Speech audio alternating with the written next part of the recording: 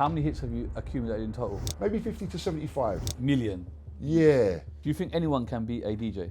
I had a really basic setup. AG did help me later on. I had to block the word AG, and I wanted to block the word AJ just in case they said AJ to try and get through the block. From your point of view, why did Garage die? I never really told anyone this, and it's kind of mad because I don't even think I ever told my kids this. I feel like I nearly killed myself when I was 20. How's that feeling when you're bringing happiness one-to-one and people coming up to you? A lot of people don't know my name. They'll say, that's that DJ. Does that offend you? No, I love it. For me and AG, we do different things. AG's online, battling a lot. I've never battled really. I think I'm the only person that has DJ'd on the street with him and performed my songs on the street with him. Amazing. What about Mac 10? He's also out here, someone you've worked with in the past. He was a grime icon. You got Heartless, Preshus, Pay As You Go, Slimzy. There's a lot of names. You got to put Marcus Nasty up there for what he done with Grime and Funky. You got to put Mac 10 up there for what he done in Grime. But Preshus was popping before all of us, and he was like Drake of the hood. Some may argue, how could you be an addict if you can control it? It's a complex thing. Until you go into recovery, you'll never understand exactly what being an addict means. You are watching the Shizzio show, the top man. Yeah, with me, DJ G Smallz. I can't wait to tell you about my life story. Let's go.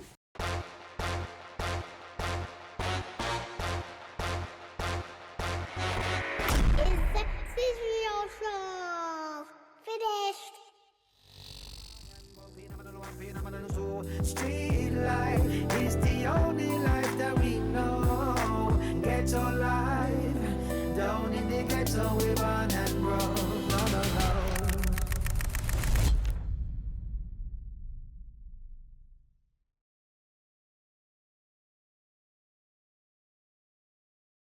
Okay, we are back, another episode. Love to everybody as per usual, hitting that subscribe, they're following, we're getting there. Love to all the guests as per usual. People are shouting us, we're shouting them, we meet in the middle. Big things are happening, but forget all that. Big guest in the building, special guest in the building.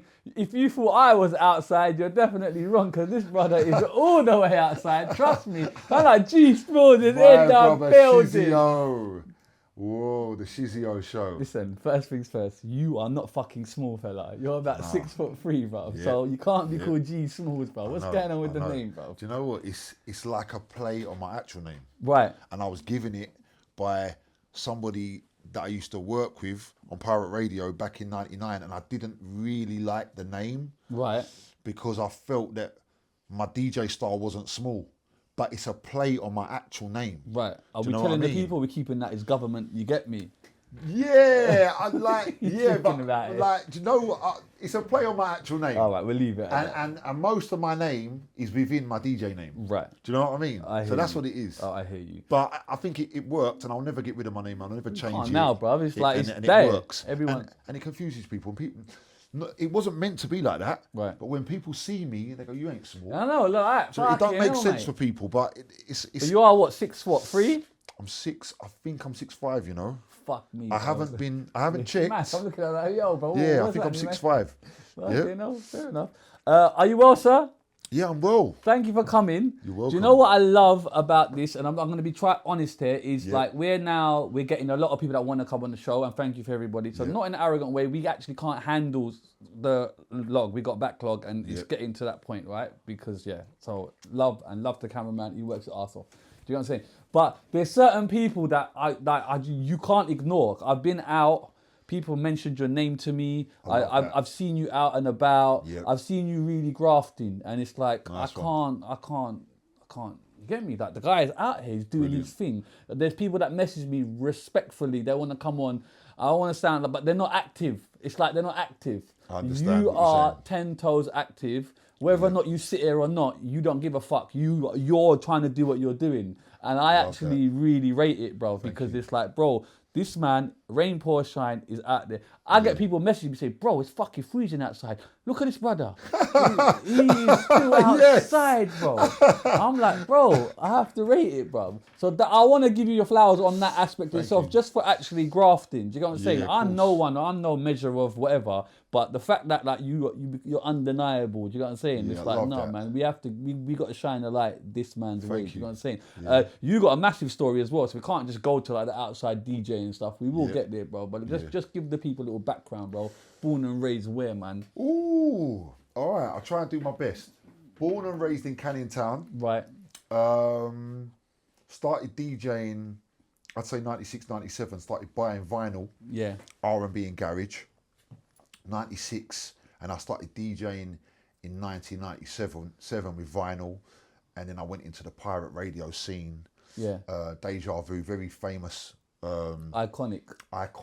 Like a lot of the names that came from that station are incredible. Like I could reel off some names. There's so many incredible names. We're going to, but God. Yeah, no, that would be fun. Yeah. Because I was talking to someone the other day about all the DJs that were, or all the artists that were on that station between the time that I was on there, which was 2004 to 2006, and some of the things that these guys have done is just incredible. It's groundbreaking. You know, like the Dizzies and DEEs and all the rest of it. But so I done Passion FM, which was North London's biggest pirate, one of North London's biggest pirate alongside Freak.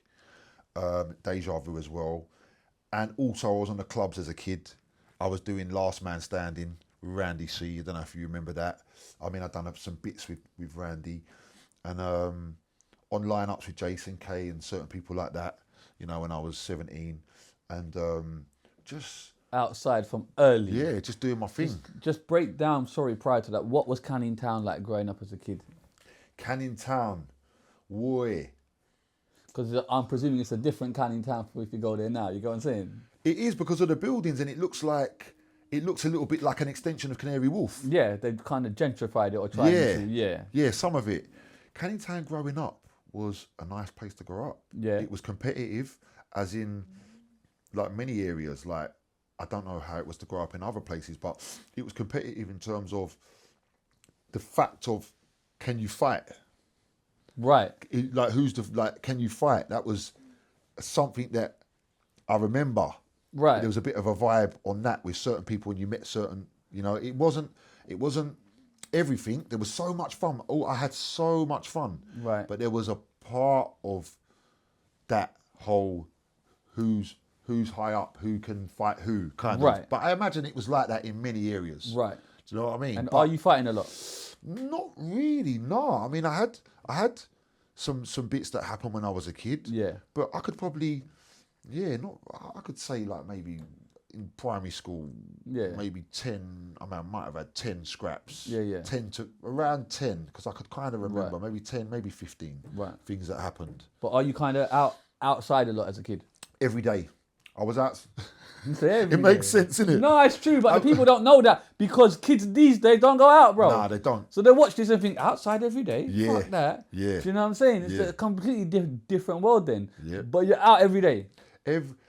My upbringing or my beginning, growing up, I was on the street every single day. We were playing run-outs. We were jumping from one wall to the other wall. We were seeing how far we could go. We were going to, let's go to Plaistow. Let's see if we could go to Forest Gate. Let's see how far we can walk. Every single day. See how far we can walk. We'll what see a game, bruv. Trust me. Today we're just going to walk. Yeah, we'll just walk. We'll see if we can find buildings that we can, like, you know, we'll see if we can go into that building. Or let's just go to MF5 for no reason. We had MF5 furniture store. Yeah, we just go in there for no reason. We'd always get kicked out quickly, but that's what we were doing, just on the street every single day. Out until the sun goes down. Yeah. Do you know what I always say, bro? I'm telling you, I think once a year, they should turn off the internet. Yeah. Just turn it off. There's no internet. Yeah. You can't go on the online. Internet lockdown. Imagine, like summer or something. You'll teach the kids a lot. I'm telling you, because they don't go out, bro. They don't communicate properly. No. They can't even chat to people, bro. I'm telling you, bro. That's their norm, though. Yeah, but it's scary, bro. For us, we can't get our head around it. We're like, we want them to experience what we've experienced, but for them, it's literally their norm. If that makes sense. No, But I imagine when we were younger, there was things that our parents felt the same about. Yes. Do you know what I mean? I hear it. I don't know what it was. But imagine that our parents looked at us and saw something different about us. Of course, Do you know of what I course. mean? And we It's looked just at them a and said, thing. whatever. Yeah. Same way the kids look at us. Yeah. But when I fast forward it and we're going in a different direction, the nightlife scene is completely dying, bruv. Because people... That younger generation have not taken it on. A lot of places are closing down. Yeah. There's not a lot of nightclubs. We could go out anywhere, Ilford, local, wherever, anywhere, Yeah. and there's about 3 clubs down the road, bro. 4 bars. You could just spend the whole day on a strip in any kind of town. You know what I'm saying? Whether it's AR to there, it don't matter. Yep. Now, There's not even the one. Do you get what I'm saying? No. And it is dying, bruv. So what the fuck is happening? I think turning it off would be an experiment, but they might have that lined up. You never know. Bro, They might have that one lined up for I'm us. telling you, no, never I'm know. gonna copyright that one. Do you know what I mean? I'm gonna copyright that one. Lockdown 2.0. But it does seem like the kids aren't going out as much. Yeah, like I know that there's certain venues. There's one in Canning Town. There's certain big venues where there's a lot of young people and people. I've seen a lot of young kids in Ibiza and certain places. Yeah. But I know from family members that, like some young family members that we've got, that a lot of kids, they want to get interactive on the computer. Right. Do you know what I mean? They want to get interactive with their friends and they're talking to their friends and they're swearing at their friends and they're playing these games. Yeah. So that's sort of where the youngsters, that's their lifestyle. Also, it's a cost of like going out, bro. Back in the day, I Yeah. suppose you could go out Friday, Saturday, Sunday, and it wouldn't break the bank. Yeah. These days, you buy one round for you and your mates. What's that? You 50 quid in, 60, 70 quid in. Or as soon as you jump in the Uber, your You're out the game, bruv. bank account's looking So sketchy. everything is just killing the scene, bro. It is. It's Does hard. this worry you? Oh, in terms of as a DJ? Yeah. No, because I believe in evolution. And I believe that the flow, you know, we was talking about organic timing, like before we started filming, but I feel like it's going to go somewhere. It will just naturally go somewhere. Right. Do you know what I mean? So it doesn't worry me at all. I feel like, I know that from a lot of promoter friends that I've got that are promoting to certain like older generation and younger generation, their parties are successful. Right. It's just that it ain't as mainstream. When we was going out to watch EZ and things like that back in the daytime and envy certain things, it ain't like that, but it's still happening. Are you noticing a trend between the markets of the kind of youngsters and older guys, Well, shall we say? Well, like a separation in how they rave, or Yeah, and the type of music, obviously. yeah, I'm noticing. Yeah, but what would the main thing I'd say? Yeah, definitely notice. I feel like the hits for us are set in stone from years ago. Right. Whether it's Ja Rule, 50 Cent, Vibes Cartel, Monster Boy, Artful Dodger, whatever it is, yeah? Yeah. Deneo, Party Hard. The hits for us are pretty much set in stone. And for the kids, more on the house scene, I would say. Yeah. Like, there's a lot of remixes. Right. A lot of remixes. They rate if the DJ's got the energy and got the vibe, then they're gonna go with it. It's not. I can't 100% say I know everything about the difference between the younger generation and our generation, but I definitely feel like the hits for us are pretty set in stone. Right. Whatever genre you wanna Yeah. rave to. But then to stay on top of what's big for them, is that a hard job for you? For my kind of thing, because of TikTok, it's like when I'm on the street, I can do whatever I want, and I don't think the younger kids are gonna, they're gonna sort of, they will stick with me, Right. because of the environment I'm in. Right. So I feel like I'm a person that could play a tune from Shaka Khan, Ain't Nobody, and a kid that's watching what I'm doing, they're seeing, other things going on around me in the street, they will take that in. So then, go on. I was just going to say, but if I was in a party, it might be different for the kids. If I was doing a party for the kids, it might be a bit different. But when you're out there, do you play for the crowd, as in you clock the crowd and think, right, there's a majority of youngsters there, let me deal with them, or do you When I'm on just the street. or do you just play what you feel in your heart, or do you play what's like, for example, the younger stuff, and then throw in a Chaka Khan or something just so they know? Do you find it your duty to make them know about them old school legends and them big tunes there? I can take. See, what you just said has just triggered a lot of memories for me about parties that I've done, events that I've done for the youngers.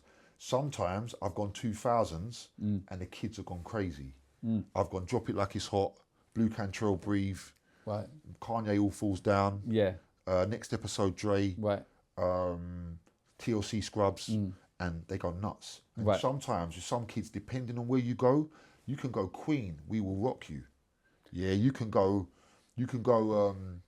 if you really want to go commercial, not that, there's many parties like that, but you can go. I've had events where the kids know they go back to the 80s and even further back. Do you know what I mean? So, but then I've done a lot of parties where I've played things like Gunlean, Right. and Keisha Becky, Yeah. and so I've got them classics and them hits, and I'll also give them songs from the 2010s like Mustard, stuff like that, Chris Brown, Freaky Friday, stuff like that. Yeah. What song will break any generation, no matter what? What is it, bro? What's the one that will just if things ain't going well, bro? It's like cheat code. Right. There's a couple. Right. And the DJs are gonna laugh, and a lot of the people that go parties laugh. But I'm gonna go with the obvious answers. Robin S. Show Me Love. Okay. And Cameo Candy. Okay. However, them two. I'll say them two. They will, more so Candy, because if kids ain't housey and they're urban and they like their R&B, they like their Afro beat and they like their Afro swing and all of that. Yeah. You're probably going to be able to get away with Candy. But that's the dance one as well. So everyone comes on the dance floor and they want to Yeah. do the dance. So it's a bit of a cheat code. I hear it. Yeah, it's a cheat code, but that is definitely for the youngsters and the olders on the urban scene, because I've played in many different kinds of events. I've done parties, I've done weddings, I've done festivals, I've done clubs. Yeah. I ain't really. This is a gift and I wouldn't call it a curse for me, but this is a pro. I wouldn't even say pro and a con, but this is something about me that's a bit different. Is that I'm a party DJ and a club DJ. I've not. What's the difference? I'd say selection. I bring the mixing. I bring the club mixing to the parties when I've done parties, but with parties, I'm playing stuff that you won't hear. I'm not going to even name drop DJs, but you won't hear a lot of DJs ever play because they're always in the club. They're only in the club. Right. So I've done a lot of different events. So it just depends where I am in terms of what song is gonna get everybody up. Do you know what I mean? Is there a song that breaks all fucking genres? Don't matter, white, black, brown, doesn't matter. That cheat code rhythm. Yeah, but it just depends where I'm playing. Like I feel You've like done Robin S and Candy. What else is there? I feel like if you're in, Robin S and Candy. I'm gonna tell you one. Maybe Shaka Demus and Pliers. What? Murder She Wrote. Maybe that's quite all. House of Pain, Jump Around. Yeah, it's a big one. But you'd be surprised. You would be surprised how certain songs like House of Pain, Jump Around.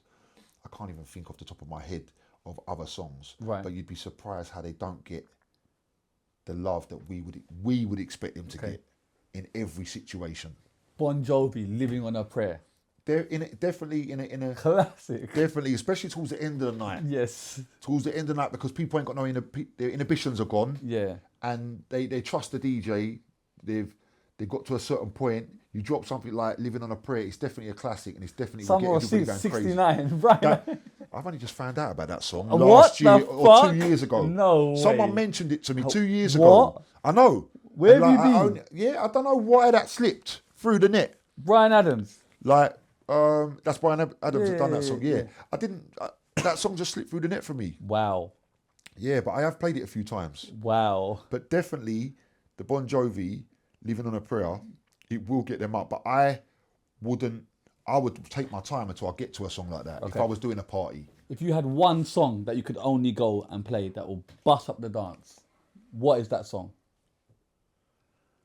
Do you know what? Not that I'm trying to sway away from Robin S. Show Me Love. Right. I'm trying to sway But why? away from it. If that's how you're feeling, that's how you're feeling. Yeah, but people, you've got your brand. People know when I see Shizzio, I want to see the colour red.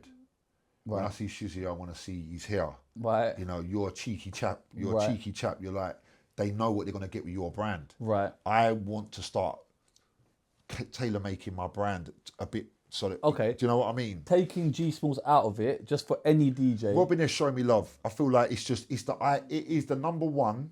I don't know if anyone could argue with me on this one. Yeah, but I think it's the number one dance record in UK history for our generation and maybe even beyond. Right. Because our mums and that they'll get on a dance floor and go crazy to that as well, because they were in their 30s when it came out. Yeah. Do you know what I mean? I hear it. So it's an iconic track. All right, let me go back because we've gone somewhere else. Yeah. How was school for you, bro? Summarize school for us. Love it, love it, love it. Primary school was good. I liked primary school. I liked primary school was good. Secondary school was good. Skimming over it, it was good. No, it was good. I got nothing. I got no complaints about it. Right. Except for the fist fights of who was the hardest. Do you know what? It was more talk. It was more, the fight thing was more talk. More Right. like, who can fight? Can he fight you? Or who's the best Right. fighter? It was more like talk. Yeah, shit stirring going on. Yeah. It was more like talking intimidation and stuff like Right. that. But that was a small, I even feel silly for mentioning it because that was a small part of my childhood. Yeah. Very, very small. But it was something that it shaped my mindset on respect. Yeah, I hear it. Do you know what I mean? Like when you know, like we've got certain boundaries on with certain things happen, and it shapes your mindset on what you deem as respect and what you deem as acceptable behaviour. So Yeah. it did shape my mindset in that regard. But primary school was really good, made some really good friends. Secondary school was really good. Secondary school, I played around a lot. I didn't know. Yeah, I played around. I didn't know I had ADHD at that time. Right. And I played around a lot. I was showing off a lot, and I've never done that well in school. Right. But So you're not studying? Are you studying? no, I tried my best, and I was academically intelligent in primary, Right. and in secondary, I don't know if I just stopped grafting so much, Right. and stopped practicing with the on that side of things. Yeah. But I haven't really got any, complaints of school. Yeah. Like school was all right for me. We love that. It was all right for me. But after school is when my discipline went out the window for certain things, and things really Chasing gal, changed innit? a lot for me. Chasing Yeah, gal. all of them things. All of them things. Let me just talk about the ADHD because you got diagnosed very late in life. Yeah. Looking back now, what were the ADHD kind of symptoms that you were showing? Oh. Do you know what? There's a lot. Like I would sometimes do random things like, maybe a lot of people can relate to this, so this might not be 100% like look at it as only ADHD, but on the odd occasion, I didn't do this all the time, I would just decide to tidy my room at 1 a.m, and I'm like, 12 at night, Right. and I would not stop until it was finished. Right. Like On a school night? on a school night Going or something crazy, like that. bro. Once every 4 months, or Yeah. like I would do something like that, and then on a normal day I wouldn't really be that bothered. Right. Like what I'm getting at, you go to extremes. You might have mess in your room for 3 months and not care. Then Right. one day all of a sudden, 12 at night, But you're a is- kid, you want to just start tidying it up and you can't stop until you finish. Like little things like that. Is and that ADHD though? Is that just, I've just had enough of this fucking mess. Let me just sort this out once and for all. Do you get what I mean? Definitely. But I don't know if I'm great at articulating it. Right. Like in my adult life, I could have, let's say, some mess in my place there for 4 or 5 days. Yeah. And then I'm on my way to the airport and I've got to be there at 6, but I decided to tidy up the mess that I didn't care about for 4 days. Right. It's a weird way Right. of explaining it and I hear it. understanding it, I but hear it. like So when something enters your mind, you've got to deal with it, kind of thing. yeah, something that you're not even that bothered about Right. all week. Then Right. all of a sudden, at the wrong time, you'll get to it. And Right. you'll start doing, that's one minor incidence Right. of it. And then another one is, what was I going to say? Because people will put ADHD with kind of hyperactivity and Yep. stuff like that. Is that the case or not? Not with everybody. Okay. Not because I feel like ADHD is like another, when you really learn into it, it's like another form of autism. When you see all of the traits, you're Right. like, oh my gosh, there's so many different traits. Right. So ADHD, it's just shocking.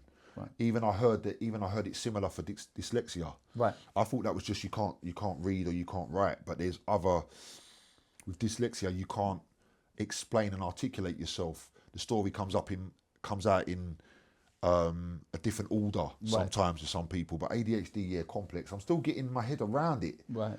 And that story I just told you about tidying up, it wasn't really probably a great way to explain it, but that was just one thing that I noticed, And what about in school then? What ADHD symptoms are you saying? Are you displaying? I think the concentration. I think like not really wanting to. I think the concentration, to be honest, is so vast. I learned so many. I went on TikTok and we watched the Tyson Fury documentary. My girl was going, "That's you, not in a horrible way." She's like, "Babe, you do that, you do that, you do that." So then I started looking on TikTok. I worked out, the symptoms, and it was so vast. Even now, when I'm asked to explain some of the parts of it, like you just asked me, my head sort of goes blank because there's so much to think about. And it's, So do you get diagnosed properly, or do you just self-diagnose? I did self-diagnose at first, right, and then I did get an official diagnosis. But I feel like with the official, let's say you got multiple things. Let's say you got bipolar, autism, whatever you've got. A lot of the time, they're not gonna. I don't feel like, maybe other people disagree, but I feel like if you're going down that ADHD route because you think you've got it, they'll give you the ADHD diagnosis, but they might not. I didn't get anybody saying to me, you could also have this and you could also have that. Right. So in my head, although I feel like I'm pretty normal, I know that there could be other things going on because you just don't know. Some people have got 2 things or 3 things or whatever, Right. But you got diagnosed late. You was 40? Yeah, I was 40. Yeah. Right. And it was brilliant to find out who I was. Okay. I was like, oh my God. So when they say, right, you've got it. Yeah. Everything makes sense. Is that what happens? Like a realization. Yeah. Of my whole life. Yeah, bro. Like you're really sparking it now. My girl used to come to my house. Yeah. She'll come on a Thursday. We used to spend the weekend together. She'll come on a Thursday, and I used to feel like I didn't. This is something probably I've never shared with anyone. Like this is exclusive. Yeah. So like I used to feel like I used to feel like I was struggling. She'll turn up and I feel like I was struggling and I didn't know why. And I knew it weren't my girl and I knew it weren't our connection, but I couldn't put my finger on it. And, I realised with us, we're chasing dopamine all the time. We're like, oh, I want to watch YouTube. I want to do this. I want to do that. Let me run and do that. We're chasing it. When somebody comes round, like let's say your aunt comes to see you or whatever, and you've got to sit still. It might, because you might not be getting the dopamine that you want from sitting still. It could mess you up and make you feel like, I don't want to be here. I want to, because you can't get on your laptop. You can't scroll. Right. So I'm scrolling a lot when I'm sitting down to where people are saying to me, what the fuck are you doing? Get off your phone. But I wouldn't equate that to that. I would just equate it to maybe it's a force of habit. I'm just habit. That's what do you know what I'm saying? But amount of times people have said to me, what the fuck are you doing? Get off your phone. It's rude.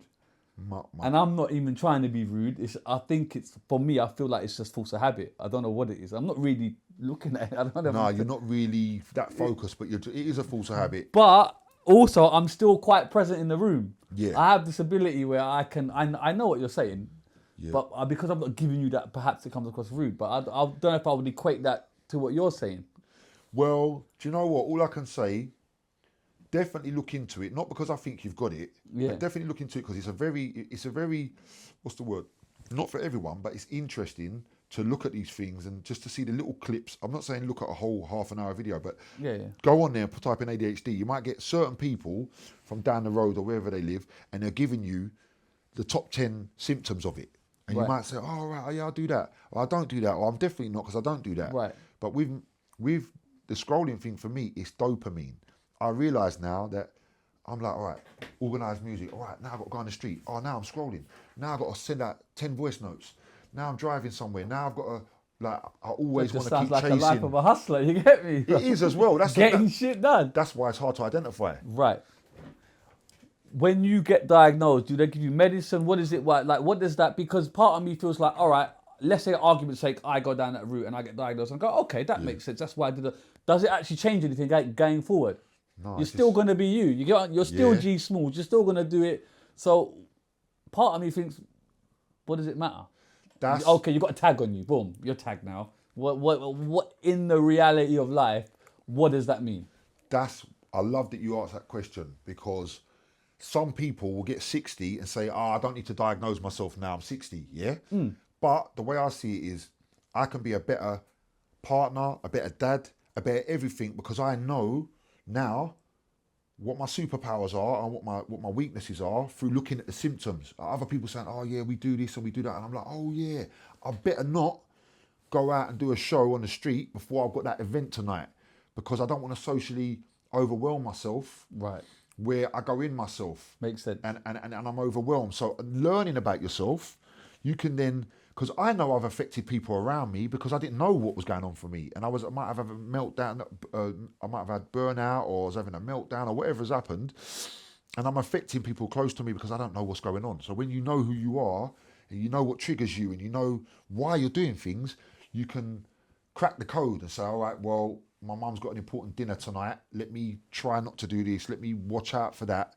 Let me not, do you know, because one thing that we do as ADHD, I will be giving you proper eye contact here when I'm telling you what I'm telling you.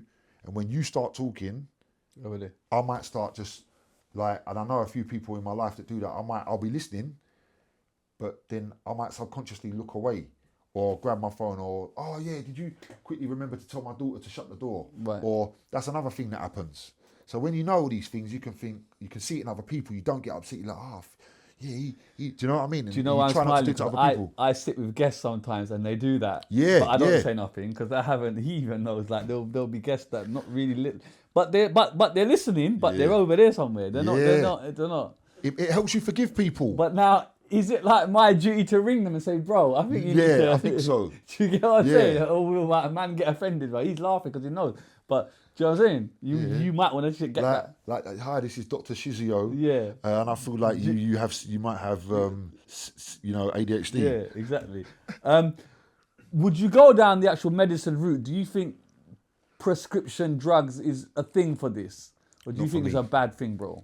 Do you know what? I'm not gonna say that's a controversial thing to say it's a bad thing.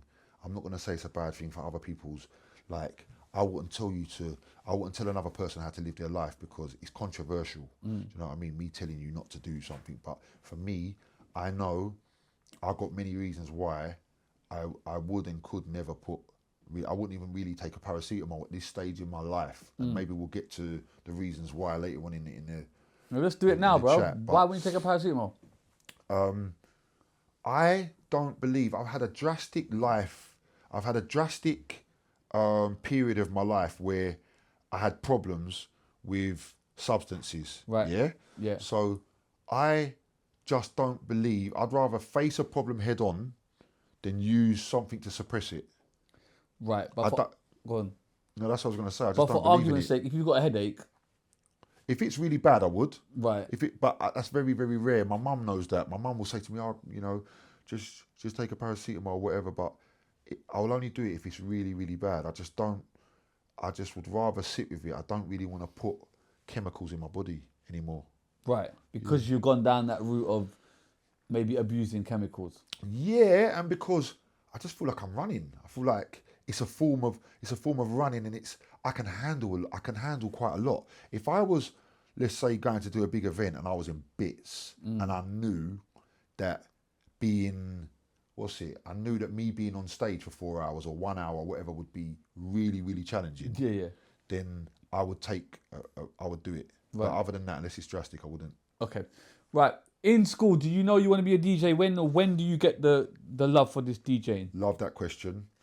My dad was like the first DJ that I knew, even though he's not a DJ. Right. Yeah. So my dad was playing tunes around the house. Tina Marie is the main artist I remember. There's others. She's like the first lady of European descent on Motown. Right. If you hear some of her songs, you might recognise them. But my dad would play a lot of soul music around the house. Mm-hmm. Yeah. So he was the first DJ I knew really in that respect, and I took on his love for music. And are these 2 decks or is just the old school vinyl? No, it's just the old school vinyl. Right. Yeah, he had a collection. Yeah. And he loved his music. Yeah. So I used to listen to his music, or I'd heard it around the house, and at a very young age, I could identify like who was singing the songs. So my dad would say, "Grant, who's this? Who's that?" And I'd be like, "Oh, that's Luther. That's Cameo." Right. He'd probably ask me on popular artists that had a few songs out at that time. Alexander O'Neill, right, or Luther Vandross. You know what I was sick at back in the day, bro? guessing the song within seconds of it starting. Yeah. I don't know what that is. Yeah, I bro. love I that. was fucking an expert at a it, couple bro. seconds and you just A like... couple of times tell you Yeah. this, bro. Anyway, I've digressed. Right, go on. So all these tunes are playing in your house, right? Yeah, my dad was playing a lot of songs in the house, and I just got that in me, that rhythm and just liking the music. And my dad would play a lot of 80s soul. I used to collect records from time to time. I'd go to record shops from time to time and just buy a record. I bought a Boney M record randomly. I didn't even know what was on it once. Daddy Cool. Nah, it was... Daddy Daddy Cool probably was on there. Bad man tunes. Yeah, a lot of them Play tunes... that in the dance, right? Yeah. Now, them tunes there, Yeah. do you know what I mean? Classic. And so I would collect a lot of records. Someone gave me their record collection once. I used to go through my dad's collection and play all my dad's tunes. And that's how it started. But when I was 14, I was under a lot of pressure. You know, like when you're in secondary and people keep saying, what do you want to be? You don't know what you want to be, but you feel like you need to come out of it and have an answer, but you don't. Yeah. But we just feel under pressure. So people saying, what do you want to be? What do you want to be? And then in my head, I was thinking about it, and it was out of a comedian and a DJ. I don't know why. And then one day I see a guy doing a scratch in a friend, old friend of mine, Kenny, and he was having a party in Forest Gate, and there was a DJ scratching, and it suited everything about where I was. I liked the attention. I liked what it stood for. What does it stand for? I don't know. It stands for taste making. It stands for like you're controlling the whole dance. Yeah. The eyes are on you. Right. And it's artistic, and you can impress people, and you can get good reactions out of people. You can be skillful. I like the whole scratching thing. Like seeing people scratch. It just looked, how cool it looked, just fit right to what I want to aspire to be. Yeah. And so I thought, right, that's it. And I just started saving up my pocket money from school and buying records. Yeah. And just went from there. Okay. How about decks though, bruv? You get me? There's no point in a record if you're just doing that with every single record, bruv. How are you mixing and blending this thing, bruv? Good question. I had one of them record players. Yeah. You know. On top of a hi-fi system. Yeah, on top of the hi-fi. I broke many of them needles. Yeah. But the ones, like, you know, the four-story ones, had a few of them. I used to play the records at the slow tempo because there was no pitch. Yep. So you're hearing a song and it sounds really slow. And then my cousin, Brendan, big up Brendan, he was going to get the Technique 1210s, which are the industry club standard. Belt driven. Yeah, no, it was direct. They were direct. Right? Yeah, they were direct. Right, no, but I did get belt drive because he had belt drives, but he wanted to get. So you was right actually. He had belts, Sound Labs, right? But he wanted to get direct, right? Technique 1210s, and I don't know what it was, but what is the difference for those that don't know? Because even I don't know. I just know that man was going mad over the belt system or whatever it was. Get me? The belt has actually got a belt. Yeah, like a belt. Like a belt that helps the turntable go round. Right. Yeah, but the direct, it hasn't got a belt. It just goes direct from the spindle or whatever it is that's in the mechanical system. Right. And they're more accurate.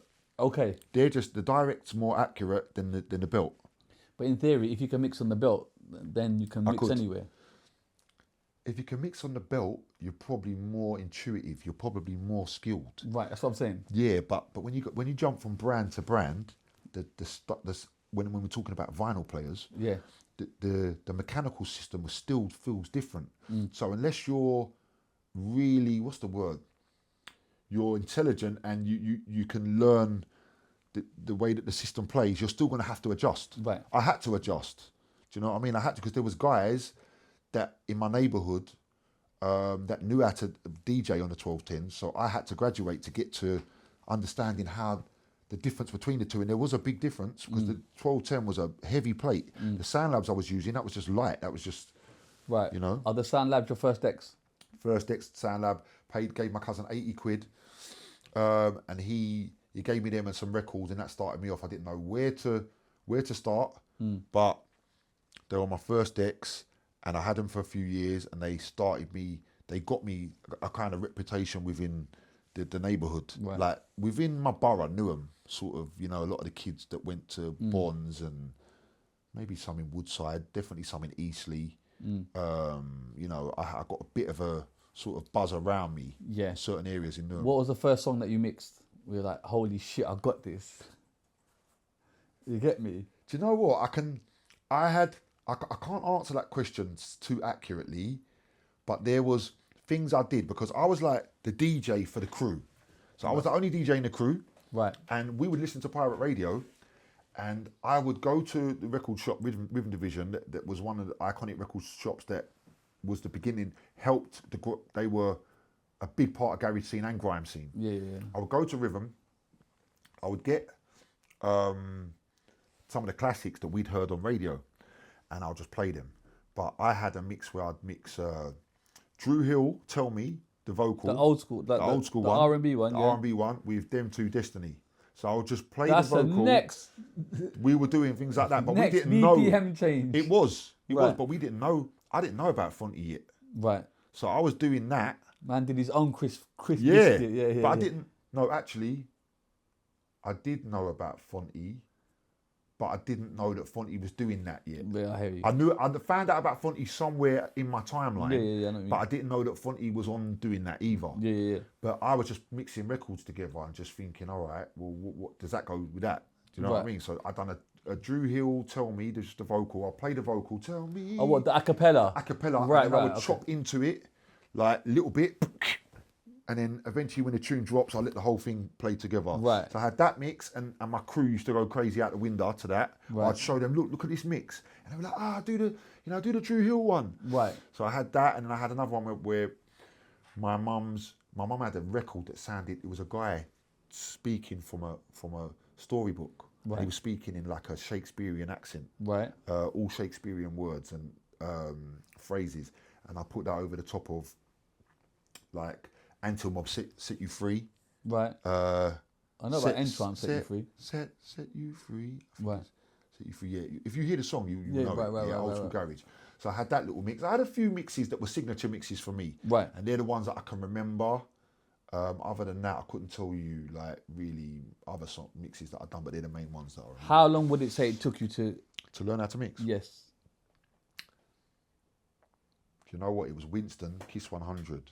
Yeah, he was there that night. When I bumped into you a little while ago, Winston, he used to be up on Kiss FM with EZ in the studio, Right. like religiously, and he was part of the Rhythm Division family. I saw him in a youth centre once. I saw him where he pushed the record in. I was just watching him mix, and he pushed the record in at a certain time. The second one, the other tune was playing, and he pushed the second one in. I was like, that's the exact point that you pushed the tune in. I didn't ask anyone. Right. So I said, oh my God, I ran home, copied what he'd done. And then from that moment, it might have taken me, before that, it was a few months. I was just doing anything. I didn't know what I was doing. I was just playing the record, trying to get it in, and nothing was happening. When I found that part, when I saw what Winston done, it might have been a month or two, maybe 3 months after that, where I was getting it together, and then maybe after 6 months after that, my mixes were tight. Right. Do you know what I mean? With mixing, is there a eureka moment and where you just get it and it clicks? I think it's like riding a bike. It's like you're doing well, you're doing all right, you're learning it, and then after a little while of doing it over and over again, you just click. But I feel like that was my moment because once I saw Winston push the song in on time, I was like, oh, that's what I'm missing. Run home, done it. Man, left the dance. Fuck No, the dance. I did. I was like, yeah, I might even have stayed, but I definitely went home and I was buzzing. I was like, oh my God, I've cracked the code. After that now, I've got the two tunes mixing straight away, but my brain has just got to work out where to fasten up and slow up the incoming song to keep the two songs at the same tempo. Yeah. So that was that was the biggest part of my learning journey, which might have been about 3 months to get that, doing it over and over again until I could get it to where I showed another person, the whole thing was clean because my brain could memorize how it sounds to have two records in tight. Yeah. Do you know what I mean? Do you think anyone can be a DJ? Yes. Anyone? Facts. There's not a single person that can. If you put the time in, Yeah. you can be a DJ. Yeah, because the human mind is incredible. Right. The human mind is absolutely incredible. You can't underestimate Right. what the human mind can do through repetition. You don't need a knack for it. You don't have to be gifted with music. You don't have to be, I don't know, understanding where the bass is and the treble and nothing like that. If you do it long enough, you'll get it. Yeah, I mean, when we're talking about mixing two records together, yes, I believe any human being can mix two records together. Right. If you explain it to them, and their brain will eventually, through listening to other DJs and how it sounds, their brain will eventually just get it. Right. So I think it's a bit like playing an instrument. You might not be able to play like Jimi Hendrix on the guitar, or you know, but you'll be able to get it. And I think that any human being can do it because the human mind is incredible. You keep repeating, you've got a passion for it. That passion ain't on you for no reason. Do you know what I mean? What about in 2026 though? It does appear like anyone can mix. It would self-sync, self-auto. I've been waiting for you to start DJing. Bro, I've got some fucking dub plates, bro. People be coming there giving me dub plates for free. I'm like, yo, put that shit on a record, You've been dropping the Kenny Thomas. Loads of them, bro. Loads of people. The Wayne Marshall dub plate. Loads of them, bro. The UK Apache, original nut. I've got original nut. You had M. Dot up here. M. R's been there, Tug of War been there. Hi, you get me? Ragga-ruggy. Ragga-ruggy, bro. I've had Top Cat. Everyone's giving me. But looking at it now, do you think obviously it's much easier now, right? Yeah. It's much easier, but look, it depends how you're looking at it. Like someone might look at all the buttons and say, all right, I still think that's complicated. But they don't use 90% of those buttons. Don't. That's what I told They people. don't use the touchpads. They don't use, do you know what I mean? You don't they have use to. sync, auto sync. Yeah. Boom, boom.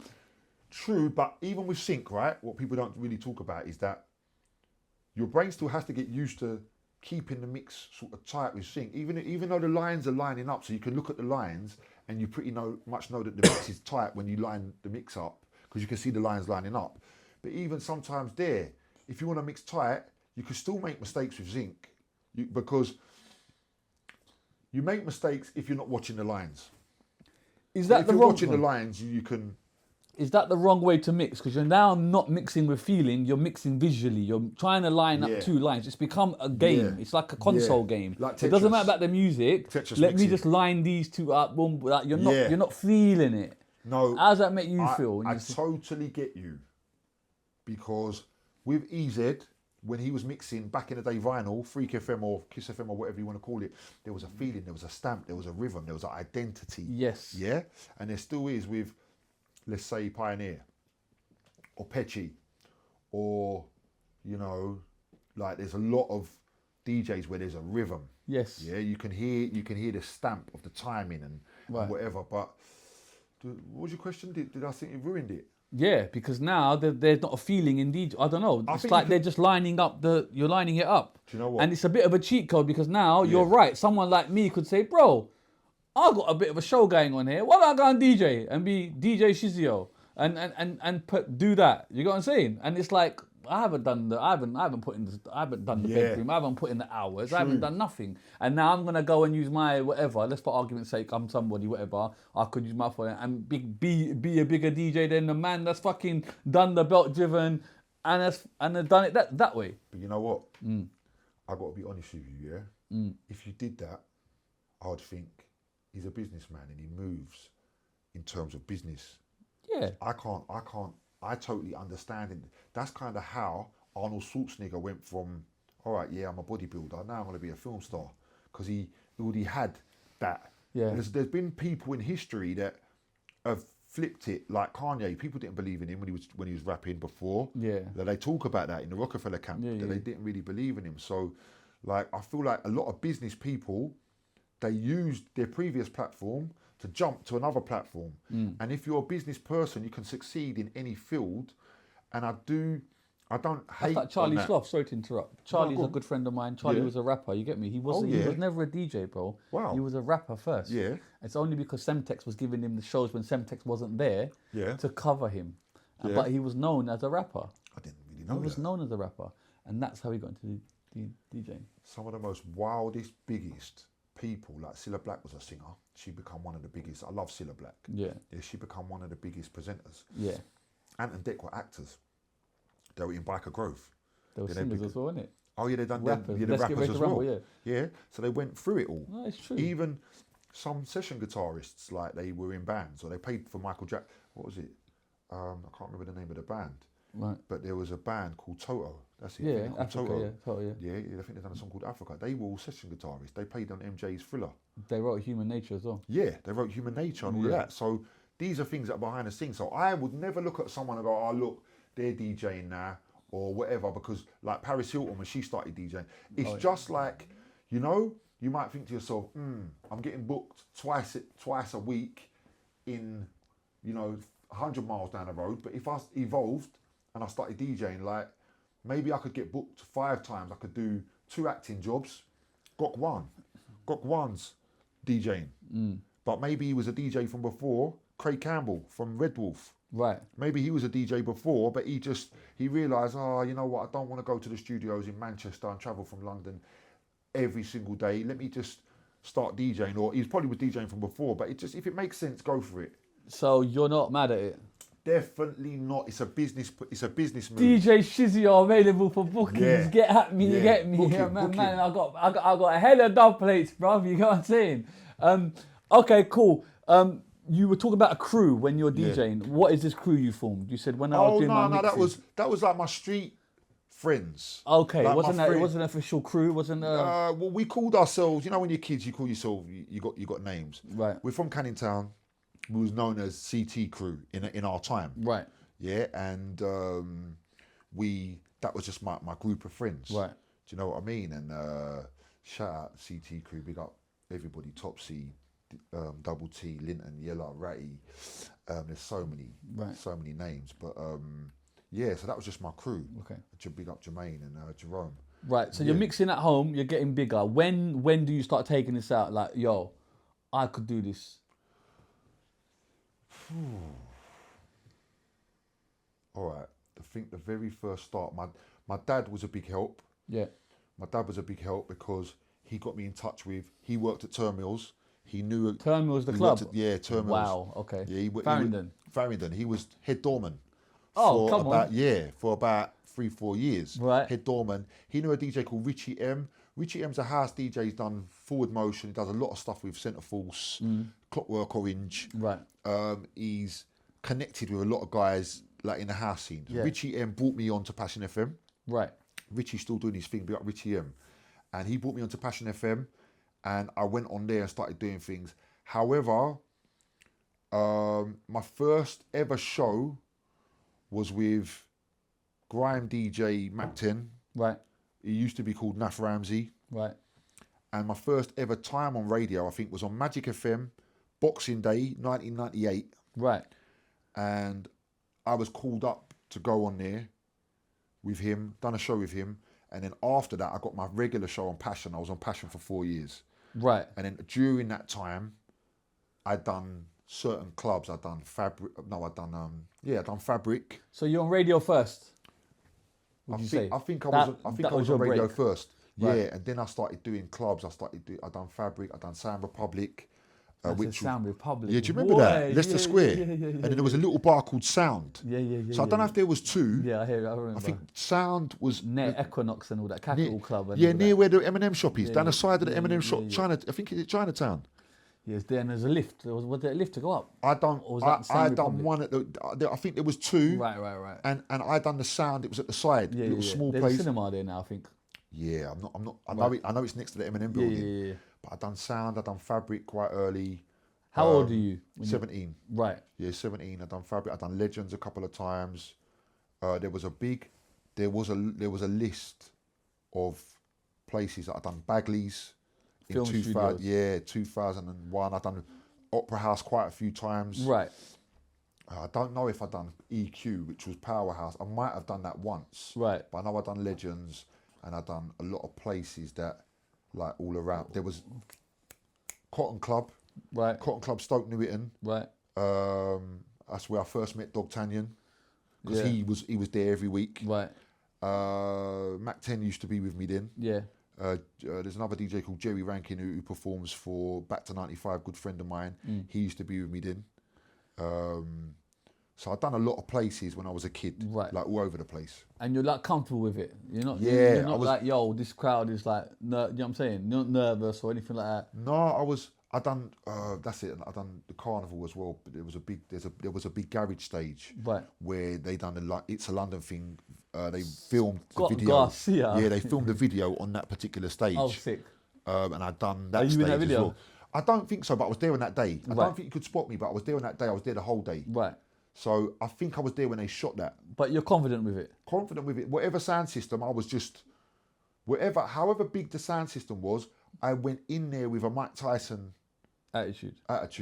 And are you a garage DJ or you are all rounder? I was garage and R&B. Right. I was garage and R&B, but I never really got to play much R&B.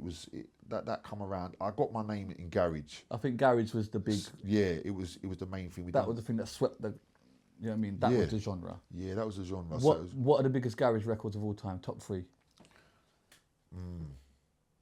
I'm gonna go off the top of I'm just gonna throw them out. Little bit of luck. When I'm talking from a DJ's perspective, like, can you come this way a little bit? He's getting a bit. Oh, sorry. Yeah. Right, go on. Yeah, that's what happens, man. I just forget myself. No, you're good. Yeah. So. Is he like too close now? A little bit. Yeah. Too close, man. This is that ADHD again. Right, go on. Little bit of luck. Yeah. 21 seconds. Yeah.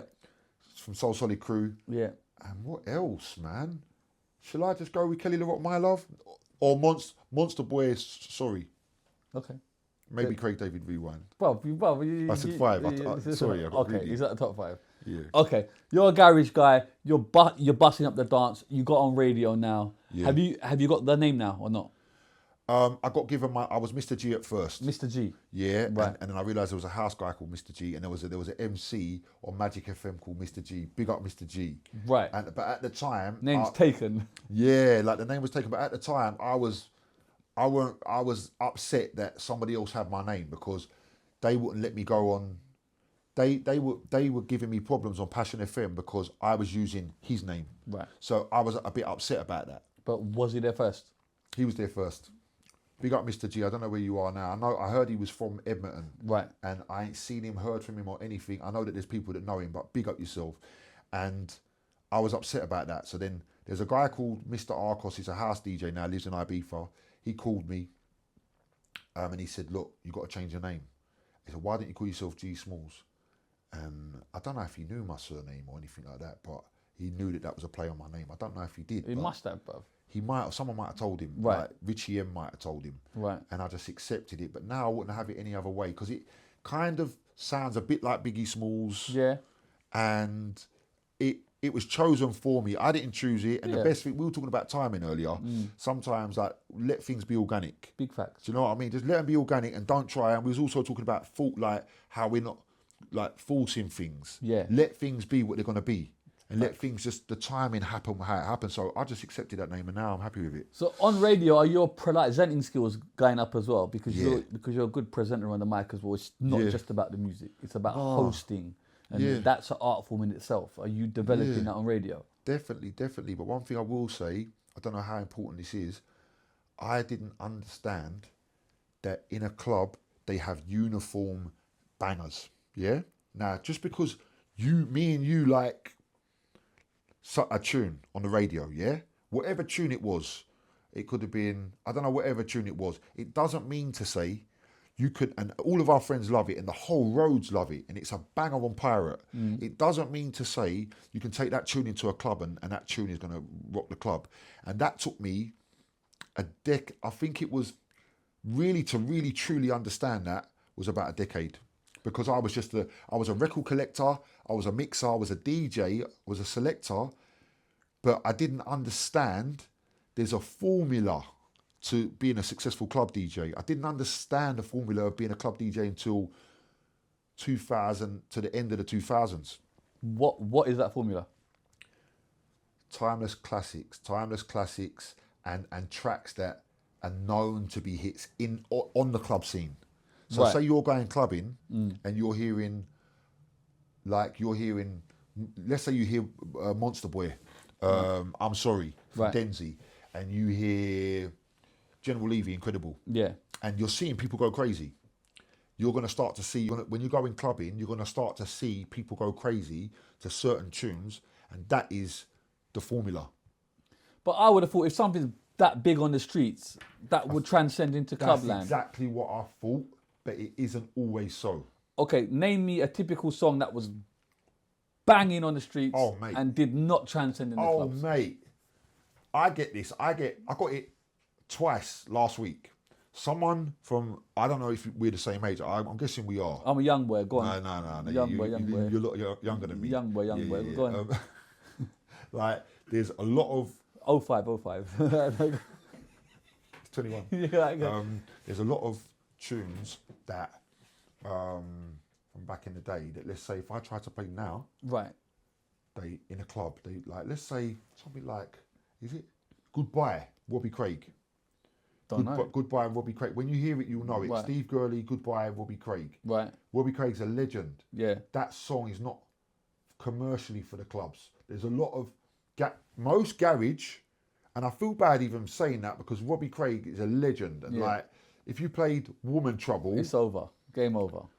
no, if you played I you're done in the dance with that tune. Big tune. no, I mean like if you played Woman Trouble in a party, like warm up, people would know it and like it. Yeah. But if you played that song, Goodbye, Yeah. that on the radio circuit on the Right. street, people knew in that era there was untold tough tracks coming out. Yeah, if you played them now in a commercial dance, I don't know about really underground dance, you wouldn't get the reaction that you expect. Okay. Because the masses don't understand them songs in a club like Right. they do like they do on the street. It's a different thing. Isn't it your job as a DJ to break those records, break that barrier, make them understand? Are you not the taste maker? Boom. Yeah, but there's a hierarchy. There's a hierarchy of songs, yeah, where I feel like a particular song could get through. Right. Yeah, like let's say Busy's Party. Do you remember that? Of course. You don't hear it that much, but it's in the running. You could But that is the come on. You play know what I that. mean? It's getting. It's, you could work with it. But let's say you played New Birth Anytime. don't even know what that is. Yeah, you will know it when you right. hear it. Right. You can only play that in a selective place and you might not get a reaction from it, but it was one of the biggest tracks of 1997, I think. And there's many tunes. I feel bad even talking about this because I don't want to No, but share being light honest, on. no. It's like I don't want to feel like I'm putting down. No, it's any your tracks. perspective. They're big records though, but you're Yeah. saying they're big records. But they're massive records, and a lot of people will know in the scene what I'm talking about. But the only reason the real reason I'm mentioning it is because it blew my mind. Right. It blew my mind, like the fact that I'm playing this song, and I know it's a brilliant track, but people don't care. Right. It has to be a uniform format that people recognise in the club. Right. And if you know that, you can go straight from being. You can have a certain level of success on a dance floor instantly. Right. If you know the formula, you watch the formula as a DJ, you can go, all right, yeah, I've seen that formula, that works. Let me take that and I'll add to it. But Busy's Party, I'd say, is one that you could try and get it to work. There's probably more. What's the biggest record that should have bust from the streets to the dance and didn't? Off the top of my head,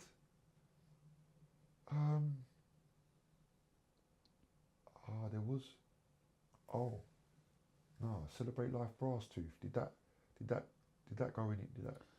There probably was loads. There was remixes. The Boy Is Mine, Architects, Right. Brandy and Monica. That was a big one. Yeah. It's a remix, and it was a promo. Right. So I don't think you'd be done for copyright. Right. But that was a big one. Spirit of the Sun. Don't remember. Shine on, shine Oh on. yeah. Turn. Yeah. Jesus. That tune. Yeah. Like, But that was bigger underground and in the clubs, no? yeah, no, that was big underground and in the clubs, yeah. But playing it now, I think you would get some kind of reaction. But That's the I haven't heard guarantees it. that know it. I Yeah, haven't- but then you're a DJ. Why are you not playing it? Are you just playing it safe, bro? Do you know what? I like that question. I am trying to ease in certain records. I was performing with Creed and DT on Saturday. Yeah. And I played Pink. There I You appreciate the invite. Yeah. No, I know, I should have invited man. you.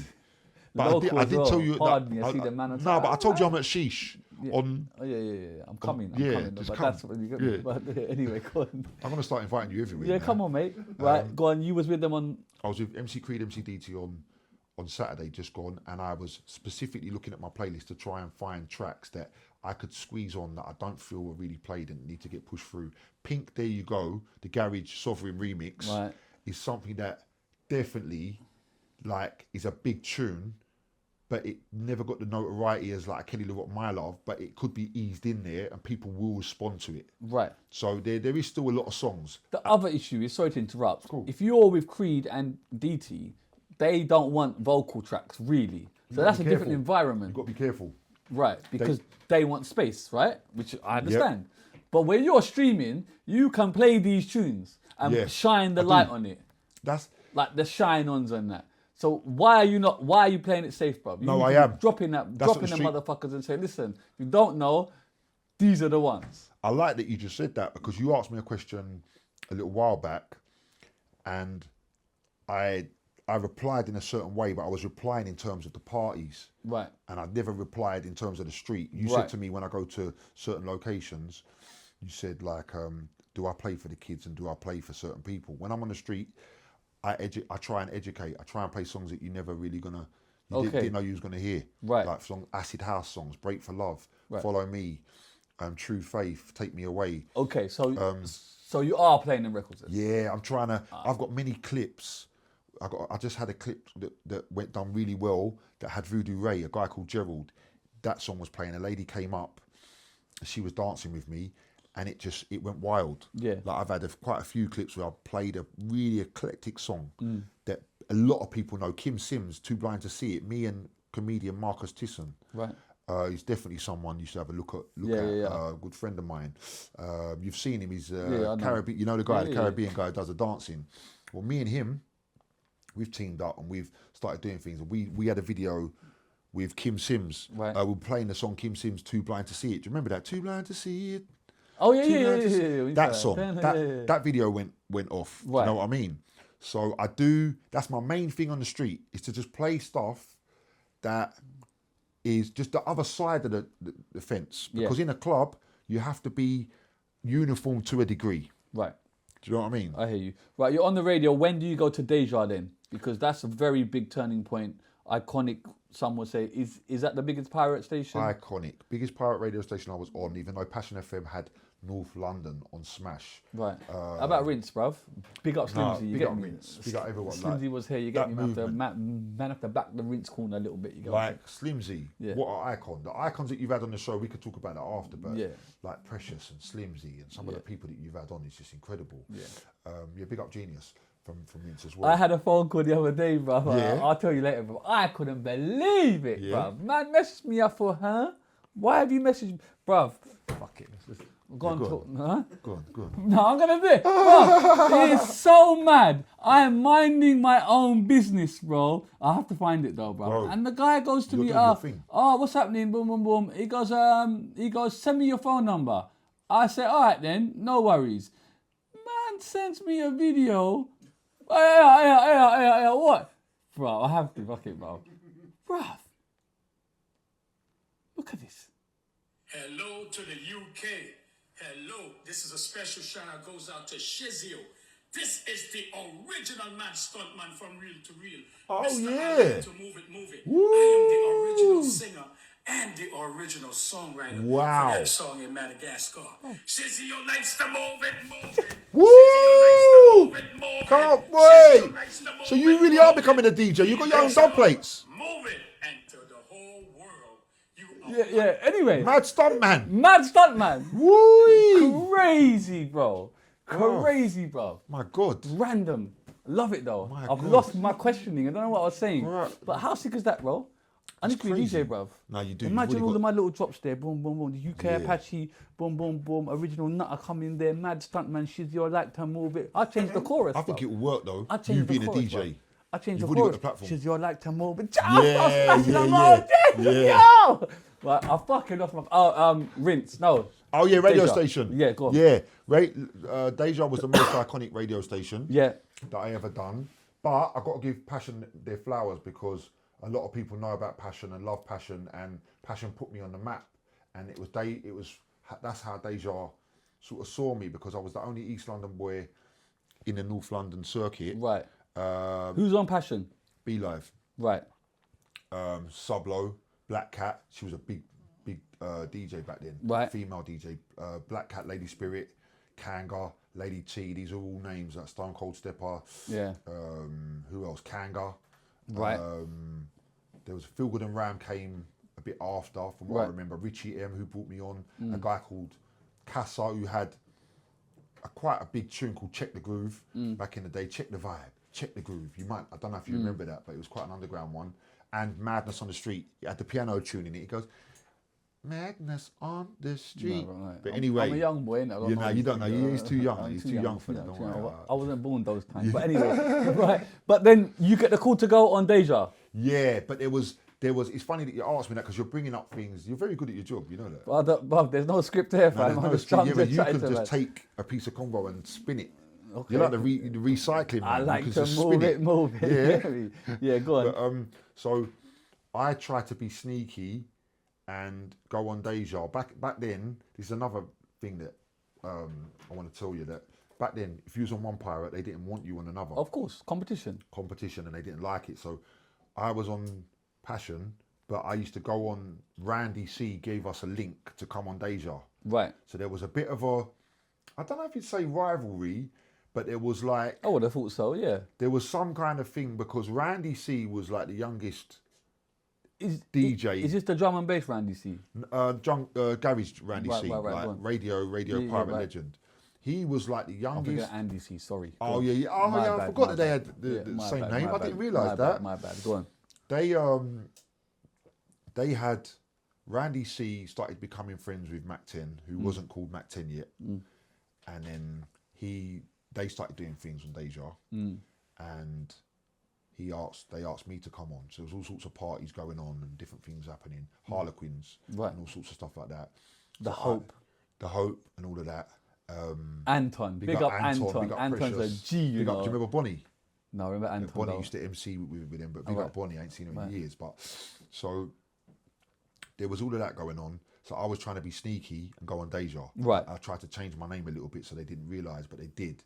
They didn't like it, and then eventually, through this, I think it was my substance abuse. Right. I started letting Passion down Right. on Saturdays because I had a Saturday 6 to 8 show. Right. So I started Prime time. Prime time. So I started letting him down, and Deja was only round the corner. So I let Passion down a little bit, and I just stopped going. I don't know why, because that was my life. And then Fatal from Deja called me or messaged me or whatever. I said, like, come over here, because he knew what I was doing over on Passion. And I went over to Deja. I had 2 years on there, good years, and I was on there with there was a lot of legends. Who was you on there with? I would say the whole of Rough Squad, Right. Roll Deep, Nasty Crew, Super D, who I believe was the main influential DJ to change garage into house, because all the garage DJs were going to his show and looking at his record, talking to him, chatting to him. He's the first one to do it. Super D raves were something different. Bro. Super D I used to be was a bouncer, so I know from Ministry and Coliseum. Big. So his raves were very different. He used Big. to blend them. Yeah. Big influence. I think he was, because we didn't know where to go. Yeah. In the garage scene, the garage had gone. Yeah. It went into grime. We didn't know what to attach ourselves to. Right. And the people were going around super. Right. People were like, yeah, like there's this DJ, he's on at this time, let's go and check out his records. Yeah. And all of that. And he was, I believe he was like a big influence of what went from, you know, the garage DJs, how they found another identity within house. And, Yeah. and then the funky thing came. Yeah. I think Marcus Nasty, so you had Mac 10, all the Nasty Crew, DWE, Titch, Crazy Titch, Yeah. Kano, all of them names. Right. I'm not sure if Bruiser was on there. Get me. Demon. Yeah. Right. This is grime. All like. of them. Right. All of them. Hyper, Sharky Major. Can't forget Sharky Major. Storming. He was there on that night when I Yeah, see. yeah, he was there. He was Yeah, there. when he was there the other night. From your point of view, Yeah. why did garage die? I won't say die because people get mad. Why did garage no longer be the thing? Every era in any art form morphs and evolves and changes. Right. So I just think it evolved. It evolved into more MC driven, Right. and that's all I think it was. It went darker, Yeah. and you got to be for the girls if you're going to be thriving. Right. And there was a lot of girls at the pay-as-you-go dances, and when there was a lot of in girls the garage events, Eros and all that, girls. Yeah. Grime, not so much. Yeah, you see girls, but it's more of a male-driven thing. Right. Do you know what I mean? And I think that's what it was. It went darker. Yeah.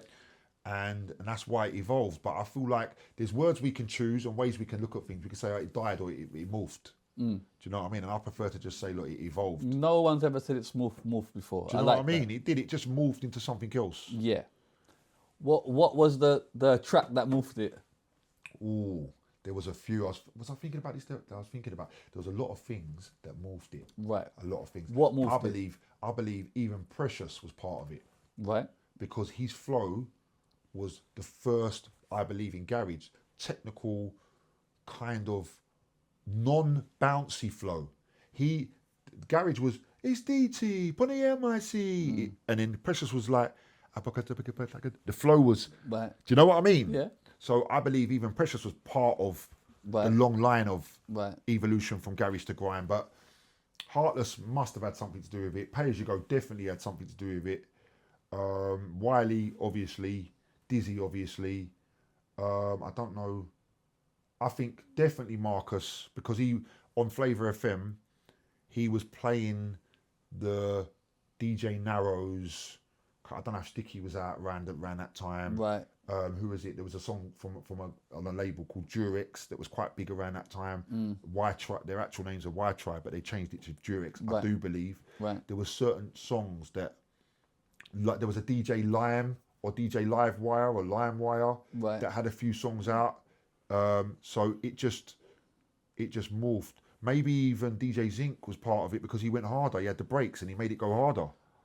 What song would you say, if you had to, what was the big turning factor? I'm not.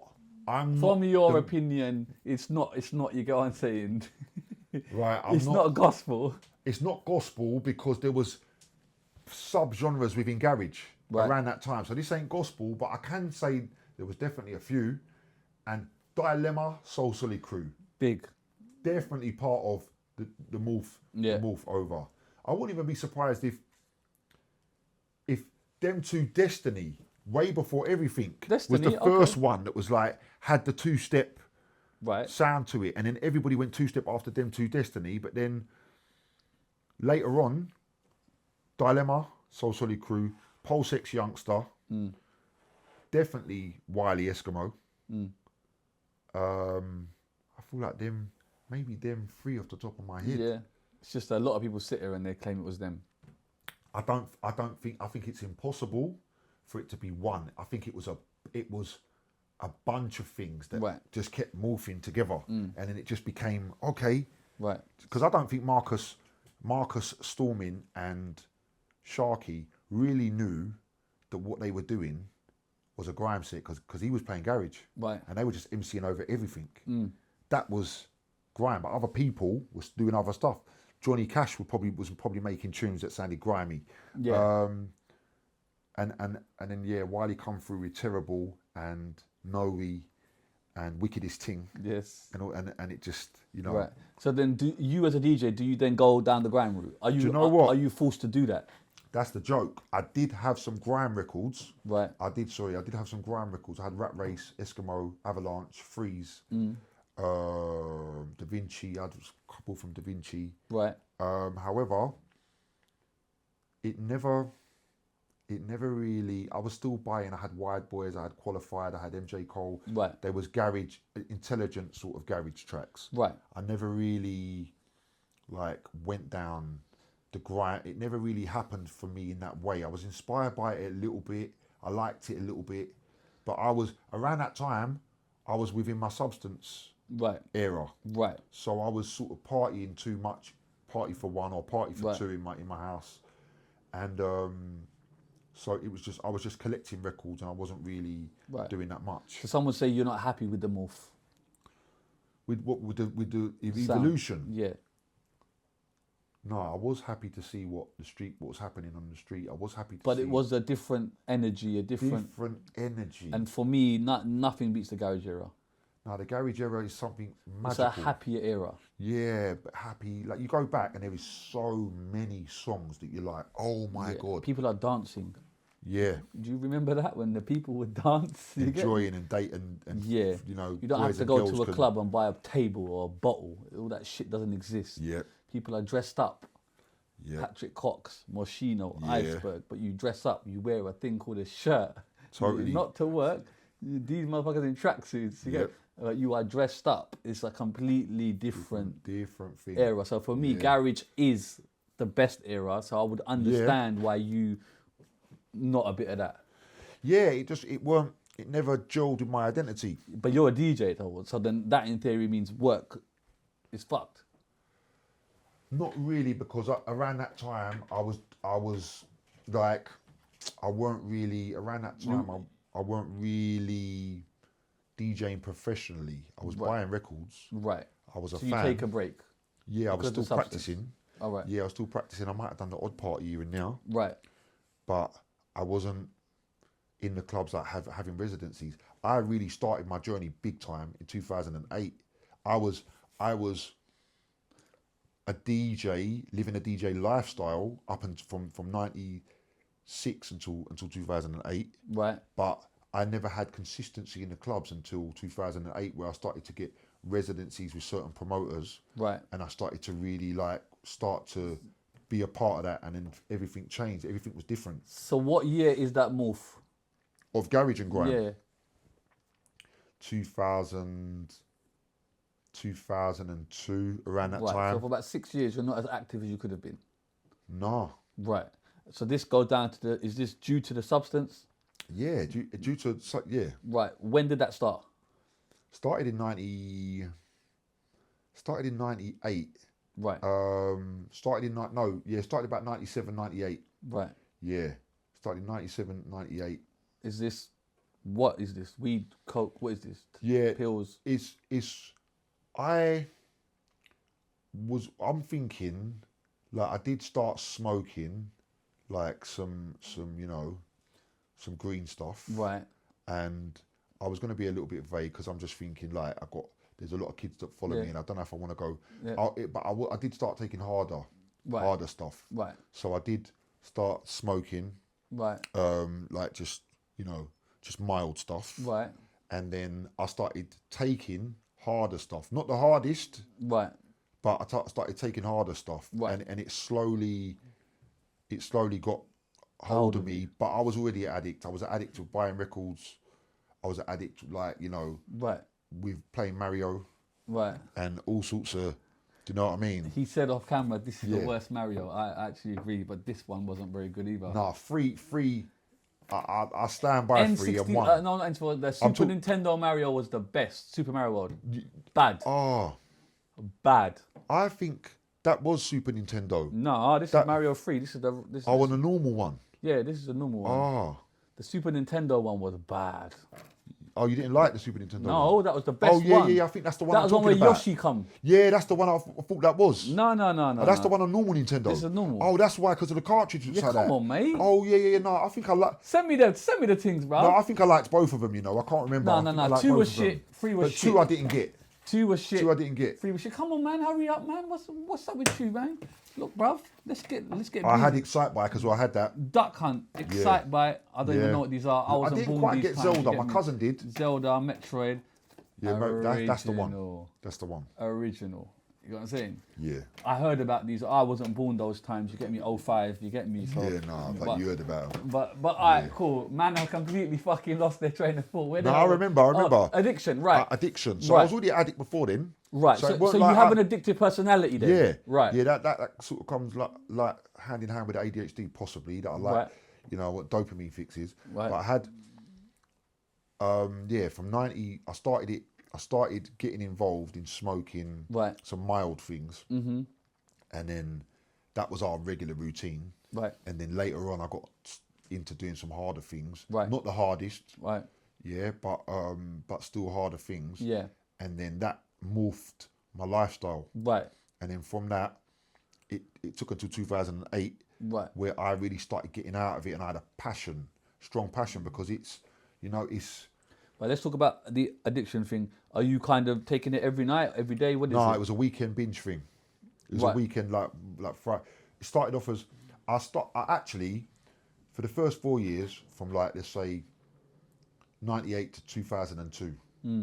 Yeah, I think so. 97 to 2002. It was like I would just I might do a random Sunday night, a random Thursday night. I would do random nights. Right. But then I started doing it every Friday night. Right. On the dot, Friday. Yeah, every Friday. And then Are you working in the week?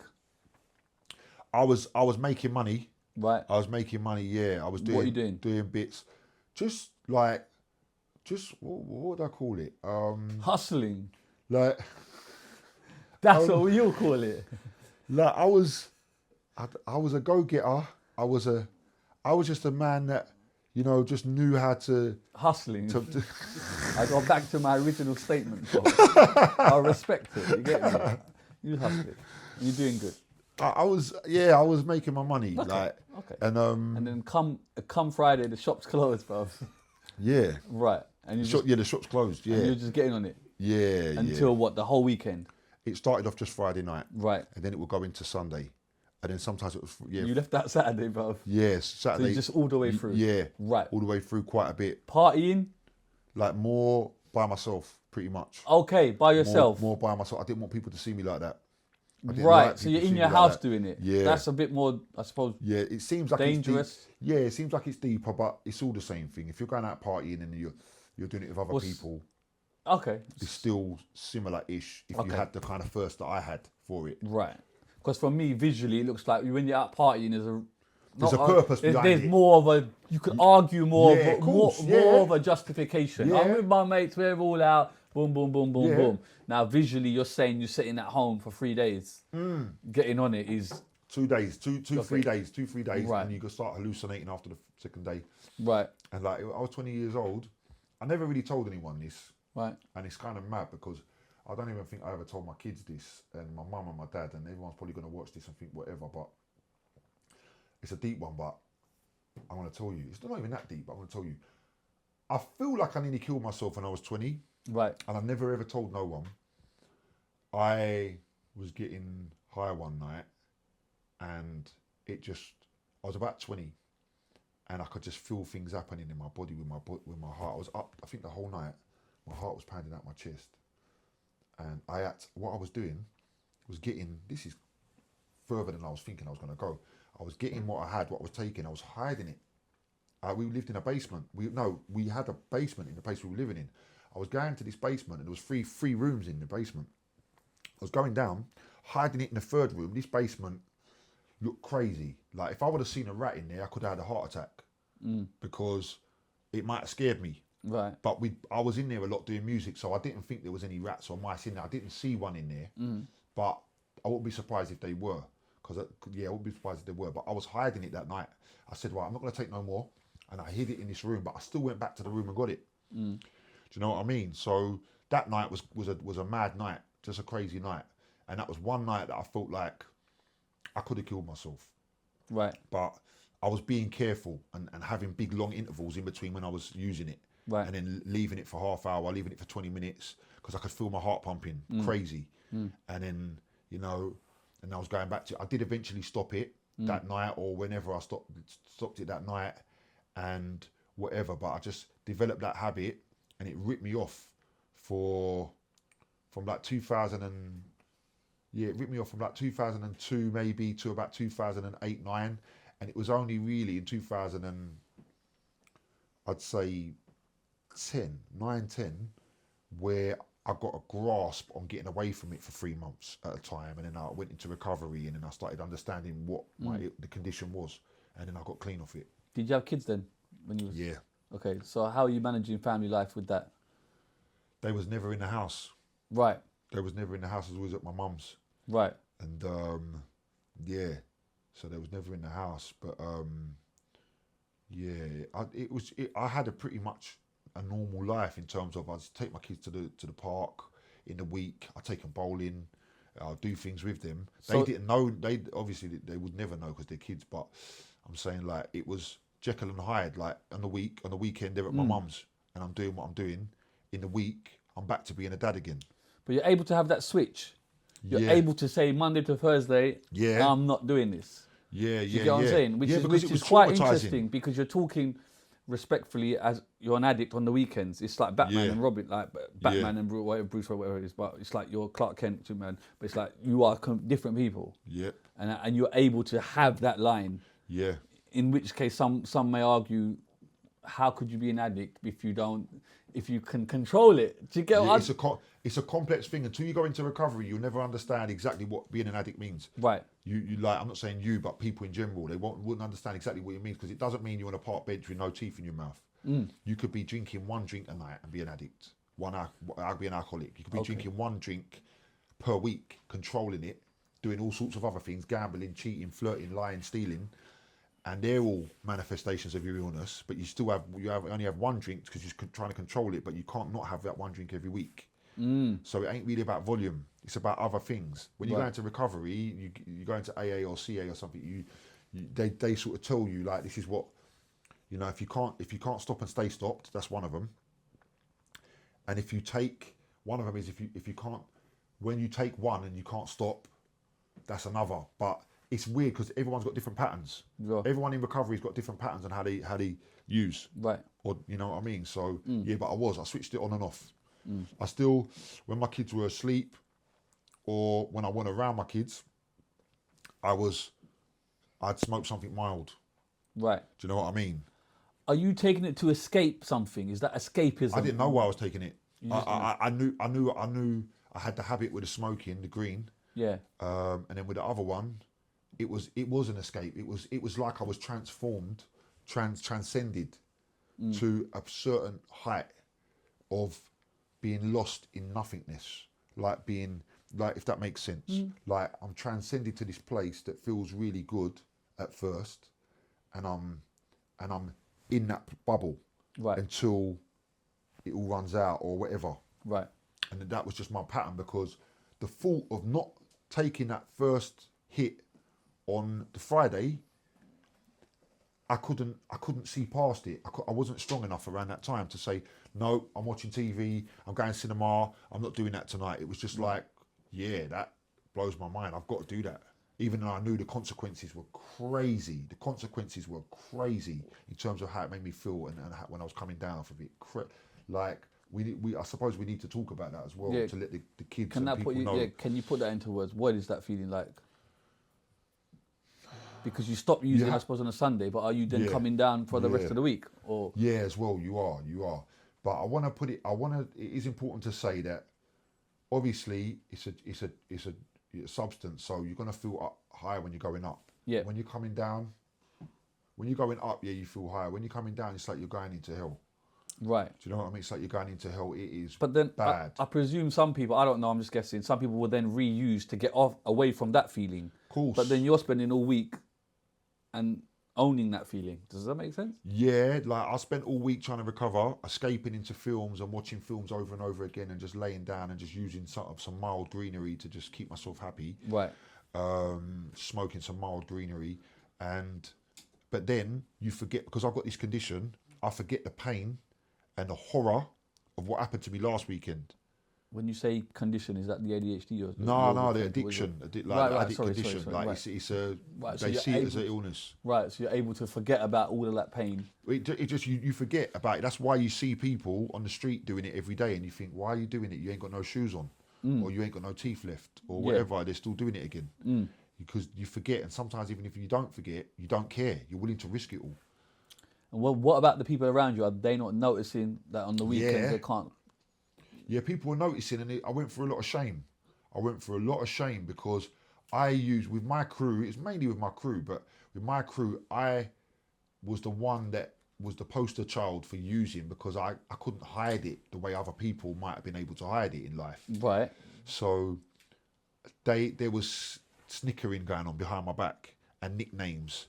From your own people? Yeah, from my people. And I don't blame them. I'm not saying it like I blame. We were all kids. We all used to just mug each other off without the drugs. Right. And call each other different things. And we were just, that's who we were. We were just jokers.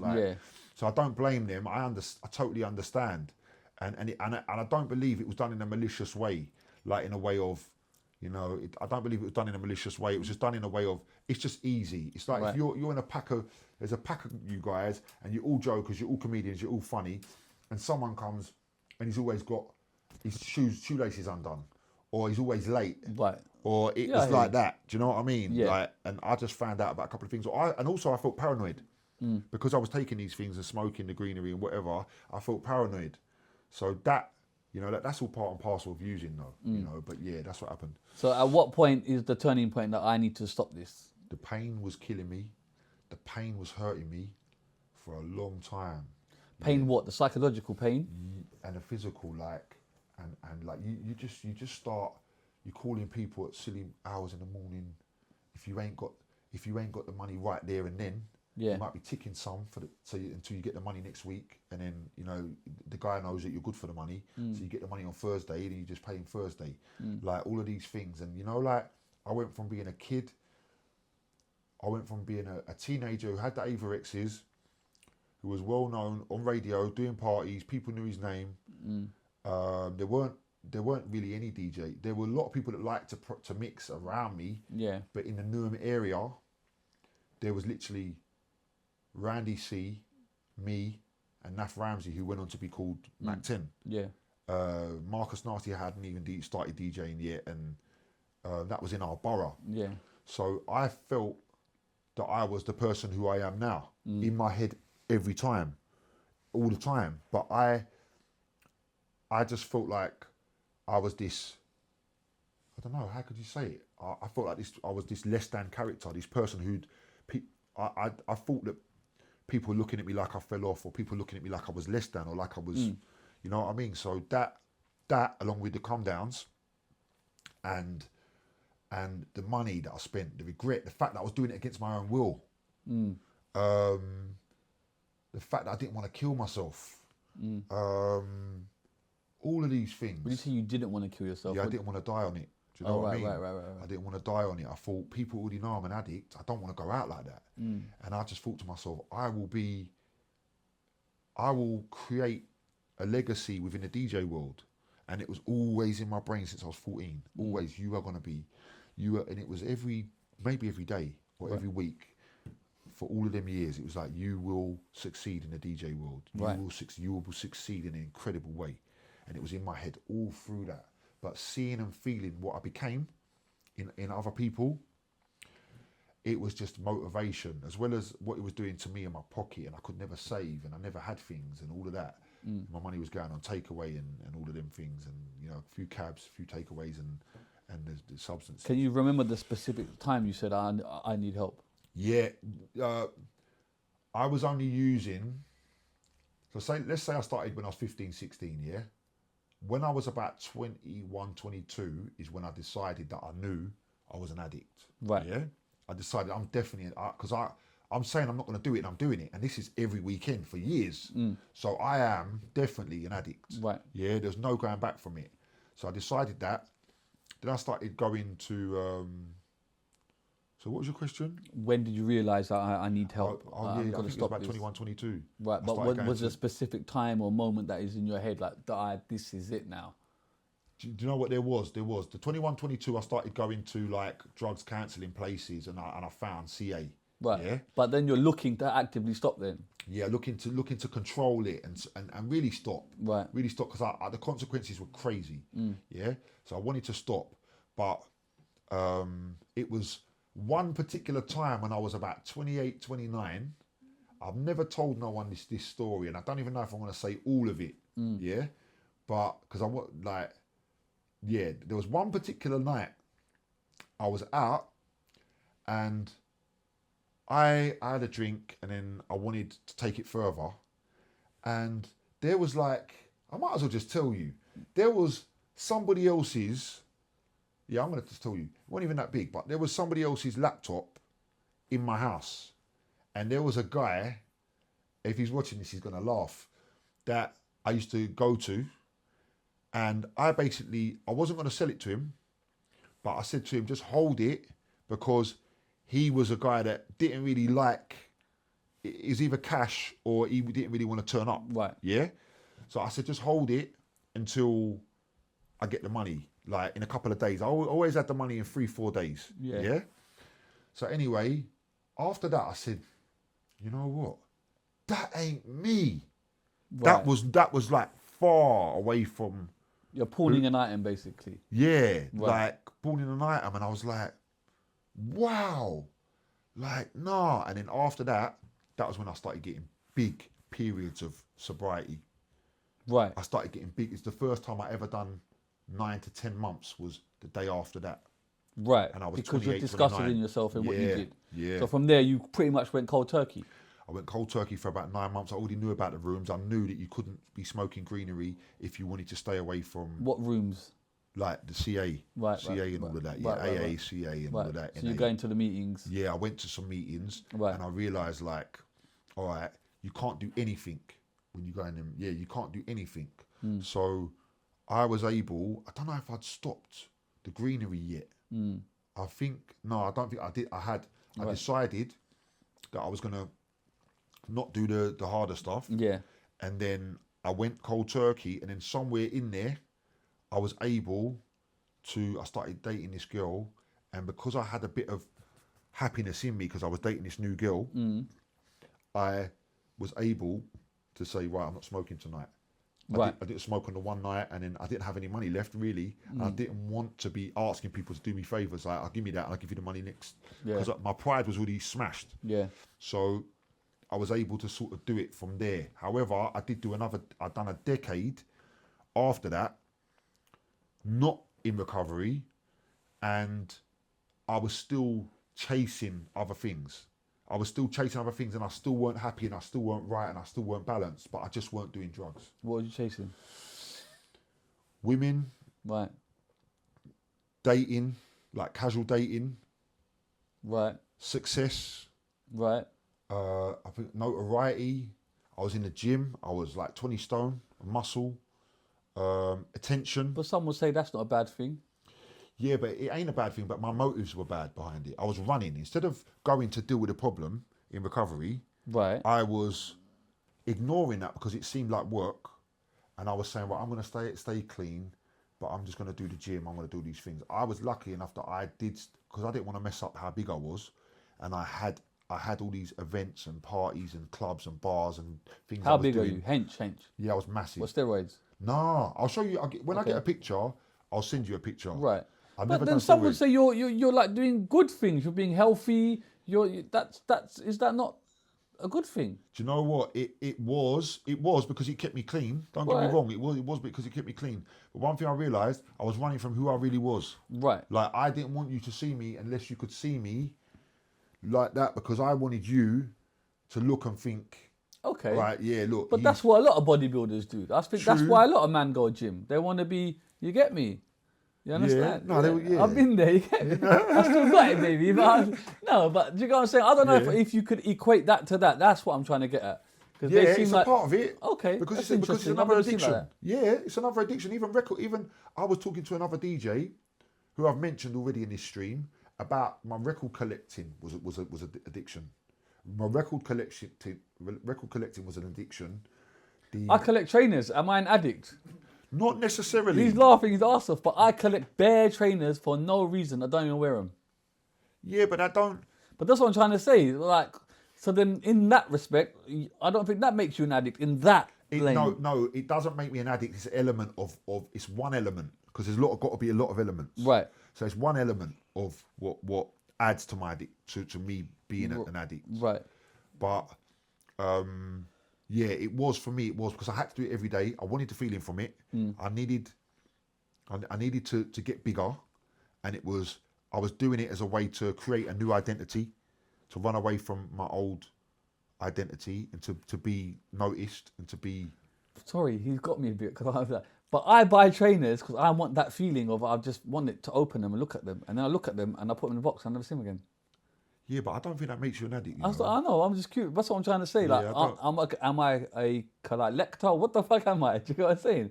Even he comes around and goes, well, what the fuck is this? Why have you got that? Why have you got what? So yeah, bro, I copped that the other day. I got this the other day. I just feel like I'm collecting something. Do you know what I'm saying? I feel like it just reminds me of old school sticker books or something. Do you know what I'm saying? Yeah. When you're collecting shit.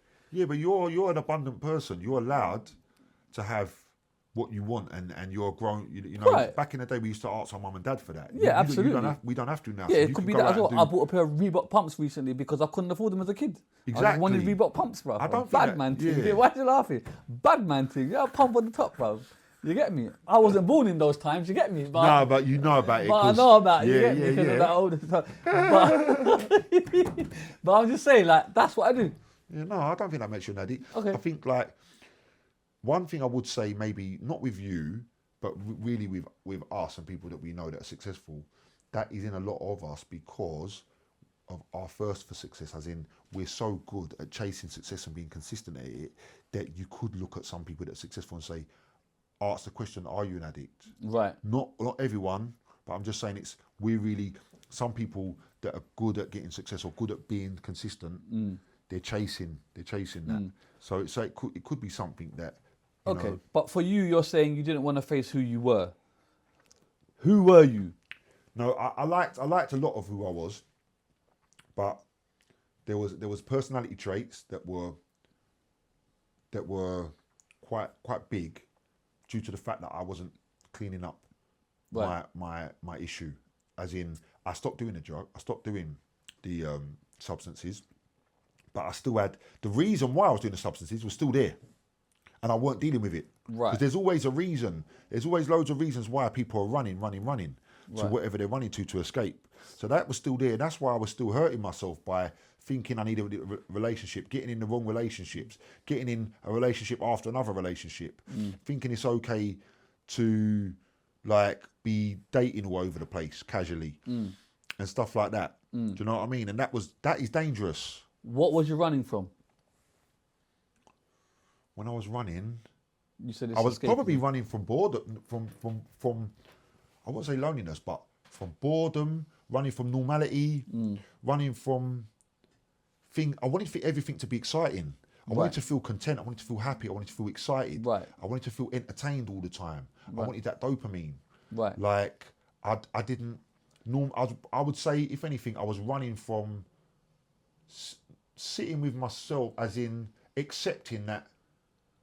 Like, I just felt like it was more fun, more exciting, more happier, more better, more thrilling. That to would be make with- sense with the women, because when you're with someone first, it's exciting, isn't it? Yeah. It's exciting, and then the real life kicks in, fam. Yeah. You're like, fuck this shit. You know what I'm saying? Okay, so then when did you face that then? And be like, right, I need to stop all of this and really face who I am, understand who I am. That was mad, because like I had a use up one night. Yeah, I just broke. So How long had you been kind of clean for? I'd been they call it a dry drunk. Yeah. Right. So what that just means is that you ain't dealing with your issue, but you're still not using. That's what that means. Right, I've never heard that term, right? Yeah, so it's quite interesting. But so that's what I was doing. I had a partner. We went to a party. I broke. The tension in me that I had got too much, and I used on that night. Right. My mum. This is also some stuff that I didn't plan on telling, because my daughters don't really know a lot of this stuff. But my daughters, like, they're just like my pals. Like, they'll just hear this and they'll just probably laugh, or just not even laugh, but they'll take it in it. I think the important thing is you've come out of it at the end. So the end of the story is good. Do you know what I'm The saying? end of the story's good, and they they don't know the ins and outs of everything, but they know I like to drink and they know I like to party. Right. Because I told them, but previous to that they didn't really know. Yeah. So I told them when they got older. So I had a night out, and I messed up on that night out, and I used for about 2 days. My mum and my sister, I didn't even really think, this is quite deep, but I didn't really even think about this. But imagine, you look, I won't talk to no one. So I'm looking off my phone, and my mum don't really know what's really going on. So they've sent my girl into my flat to double check that everything's still, you know, I'm still, do you know what I mean? I'm still here. Yeah. So after that night, the real thing that broke me, yeah, obviously I still think about back to my mum and my sister, and I think, like, wow, I was doing that to my mum every weekend. Did She's they not- know then? My mum, yeah, they knew. Then, right. They knew, but I was doing that to my mum and my sister and my dad and people around me every weekend, because they didn't know. When you're doing what I was doing, they didn't know how long I was going to be here for. Do you know what I mean? The way I was doing it. but in my head I'm invincible. Like, so I can handle it and I know how to take it. So I can handle it, even though you don't know what they're putting in it. So anyway, I had this night where they sent my girl to come and check on me. Yeah, and they were all in bits. My mum, my girl, my sister. But I woke up and you know what? It wasn't even a deep one. As in, it was a traumatic experience. But what I'm saying is, I woke up and I said, I want to laugh. I want to smile. I want to be happy. And I know I'm not because I haven't done the 12 steps of recovery. Right. I knew I had to do them 12 steps. I was running from them 12 steps because you have to make amends to the people you've hurt. You have to write a list of the people you've harmed and go and make amends to them. You have to admit all your wrongs. So if you've got something, like you've done something that you're holding a secret, you've got to tell another person in the fellowship who's working with you all of them things to get them out. Right. Yeah? So like, there's all of these things that I looked up on a list on the scrolls when you go into the meetings and I said, oh, I'll do that, but I ain't doing that one, Right. Eventually I accepted I was going to do it. And I just went. And the real reason was because I wanted to smile. I wanted to laugh. I weren't being the true me. And with my partner, she was like a mirror in a way. Like I looked at her and some of the things that, like, I looked at our relationship, and through looking at our relationship, I never done it for my girl. I done it for me first, but then I wanted it to positively affect my girl and my family and my kids and everyone. But looking at her and looking at our relationship, I could see, all right, you're not like you're not really living the way you should be living, and you're not the person that you should be, and you're not prospering the way you should be prospering, and you need to go through this process to find out who you really are. And it was so true. I did the process, and that was it. I did the process, and it brought out the person who I really was. Right.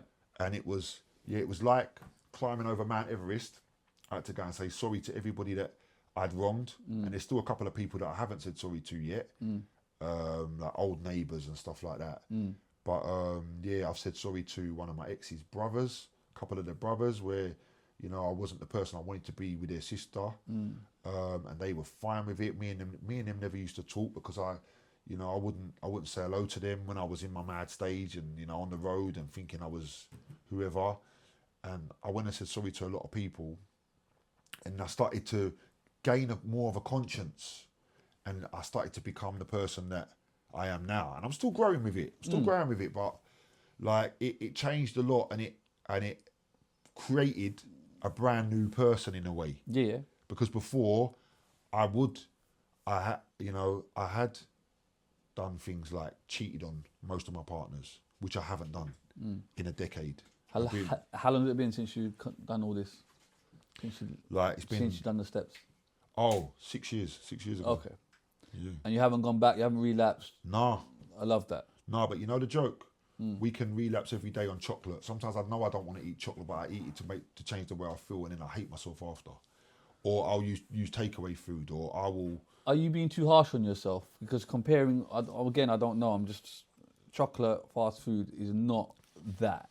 It's true. There's not I don't know, but do you know what I'm saying? I don't know. It's true, but it's how it makes you feel, and the fact that you don't want to do it as much as you don't want to do another drug, yeah? You don't want to eat that chocolate. You know how it makes you feel. You know it gives you a come down, because I'm not used to a lot of these things now. So right, so chocolate gives you a come down. It will make, it brings me up. It makes me feel good, and then it might. What is that, mess with sugar? my mood. So do you sugar? So you avoid sugar? I try to, but I mean it's not always that easy. Right. I say that because I gave you something sugary earlier. Oh yeah. But no, that was all right. Okay, that was all right. I'm not like stressing about that. I have a little treat from time to time with little things right. like that. But again, are you being that harsh that sugar is now? Do you know what I'm saying? Definitely, people say that, but that is one of the things that we do. Like within my condition, I can't speak for everybody, but we're hard on ourselves, and we expect perfectionism, and our reality is warped. So it's not just about the substance at all. But the reality is you're chasing something you can never get. You can't be perfect. No one's perfect. So are you forever going down that road of chasing something that you can never grasp? That's why I have to accept and let it go. Like just on Sunday, I had the Chinese and I had two packets of Jaffa cakes. I didn't need it, and then I had a couple of big Ribenas with lemonade. I didn't need it, but it's all right, bruv. It's all right. We love a Jaffa cake, bruv. Do you know what? A lot of people say that to me, but I know where I want to take my health, and I know that I'm doing it for the wrong reasons, and I know how it makes me feel when I do it too much. If I'd done it a little bit, I could accept it. Right. But it's just the way it makes me feel, the way I feel in my head, like I'm going against the goal. It's like you're setting a goal for yourself. That's what it is, and you're supposed to be, you're setting that goal, and then you keep going back on the goal. You're going back on your own. What's Your the own word? your own mindset. Your own target. So it's a battle. It's a battle, but I'm getting there. I've give up cigarette. I've give up. There's a lot of things I've give up. So I'm getting there. Yeah. And like last week, I never had. The whole week, all I ate was fruit and salad. That's my main thing. I just eat fruit and salad, yeah. But on the weekends, I mess up, and then today all I've eaten is a salad and some apricots, and that's it. Do you know what I mean? Are you going down the other end of the extreme now by not eating? You're a big guy. You're 6'5". Yeah, perhaps. I have gone to the other extreme. Big stature. Is that not? Are you now? I mean, yeah, it is. Now worried about you're going now the other way. It seems like it, but I've got health reasons, as in not that I'm in trouble health-wise, but I've done research as to I like how the fruit makes me look, how it makes me feel, and I like the effects of it, as in I've seen how it's changed certain things for me. Okay. So it just that's the route I'm going down. But yeah, all of these problems, they're all part of the condition. I'm saying I want you to look at the fruit not as a punishment because I had the Chinese. I'm now on punishment with fruit. I like the fact that you like the fruit. And you're happy to go down that route. Yeah. I think that's fine. I think in my mind you're punishing yourself. I've had the Chinese, the Jaffa cakes. Now I'm going to eat fruit. No, it ain't that. That's good. It ain't that. It's more of I want to go down the fruit route. That's where I want to go down. Yeah. But I still crave the other stuff, like maybe everyone Chinese does. food, Indian food, whatever it is. We're human, innit? Yeah. Any advice for anybody out there that's perhaps going down this route and hasn't taken them steps and, I don't know, is perhaps lying to themselves, or I don't know, just anyone watching that? Try a meeting. No one's going to judge you. You might not get everything what they say in there, but you'll get some of it. And it's a nice change as opposed to being in a pub, let's say if you're using a pub where people condone the consumption of alcohol, let's say, and then it's a flippant. It's the other side of the spectrum where you're in an environment where people are all in pain because of that substance. So you get that level of support, and you get an understanding, and you get identification, you get connection with people that are saying, all right, look, drink ruined my life. So you can think, oh, I'm not the only one, and you can just try a couple of meetings. I say you might try a meeting now and never go back for 5 years. Or you might, and a lot of people do that. They try a meeting and, you know, they just say, right, I'm not going back until their life gets terrible. Right. And then we all really surrender when we hit rock bottom. But I'll say just go to a meeting, and just go to one or two. You think to yourself, I don't want to see someone from down the school. I don't want to see someone from down the road. But everyone who's in there, if they see you, they'll more than like be like, yo, hey, like I've seen a few of my pals in there. I'm like, oi, like, Sorry. It's, you know, what I mean? It's a good feeling. Yeah. You know, when you see someone, you're like, oh, you was going through what I was going through. Wow, like we're connected. Like, but talking helps. Talking is a big part of it, especially with someone who's gone through it. Yeah. It's a big part of it, connecting. You know, I was talking to some people on the phone today. I talk every single day. I talk to multiple people that have gone through the hell and back like I have from the rooms. I need to identify with them. Do you think you could be an advocate for this, helping people? You got a platform. Is there anything you could maybe potentially do or go down the route? I am already within recovery. I'm already my phone's always on for people that want to connect with me. And I'm reaching out at Olive Branch all the time to people like, here's my number, call me, let's speak. Sometimes people don't really want to call back, or they don't want to pick up the phone, or they're not really on talking. But in recovery, I am that guy anyway. That's lovely. But to be honest with you, you're the first person really that I've ever spoke to in public, in a public platform about this, because I thought if I want to come I appreciate your honesty. to the Shizzio show, I better come correct. It definitely come correct. I didn't want to hide anything. No, I appreciate your honesty. You know what I mean? It means a lot. I appreciate your honesty. Let's fast forward then. Okay, that's amazing that you're doing that. Is this where you start the live streaming then? Is this the live streaming? Are we in the live streaming game era? Hold on, there was a Britain's Got Talent thing. Has that happened, or is it coming? It's happened already. No, I'm saying it ain't happened yet. In this timeline. Yeah. Yeah. I like where you're going with the timeline. You're keeping it neat and precise. Keep it nice and tidy. Yeah. Okay, you're out of that. You start DJing again. Making I dabbling started back, again. building a Yeah. name from scratch, shall we say? Yeah, but my name was in the manor, like in the neighbourhood. Of course. And people's families and people knew about my Resonate name and they anyway, know- so I just picked it back up again. Right. But I was always during the whole, they call it the madness. During the whole madness and everything I was in, I was still buying Kanye West records, Snoop Dogg, whatever. I was still buying bits. Yeah. And I was still doing bits. UK funky scene, I was still doing bits. So You could still hold a mix, you get me? I was still mixing. Oh, right. I was still mixing, scratching, doing my thing, trying different things throughout the whole of it. Right. And then I might do one party or one club event here and there, but I never had my stuff together. Now you're back out there. You're back doing out this there. thing. 2008 Right. is when I got back out there. Right. Building a name for yourself. Yeah, building. Big up Daddy G, big up Lee B. They I reached out to them. I started doing clubs with them, like the old show. It used to be called Custom House. Right. It's called Jukebox now, Montford. But I done one event there. I done one in Anexo with them, which was Terminals. And then we started doing all sorts. Buddha Lounge. We started doing all sorts of places. Right. Red Mantra.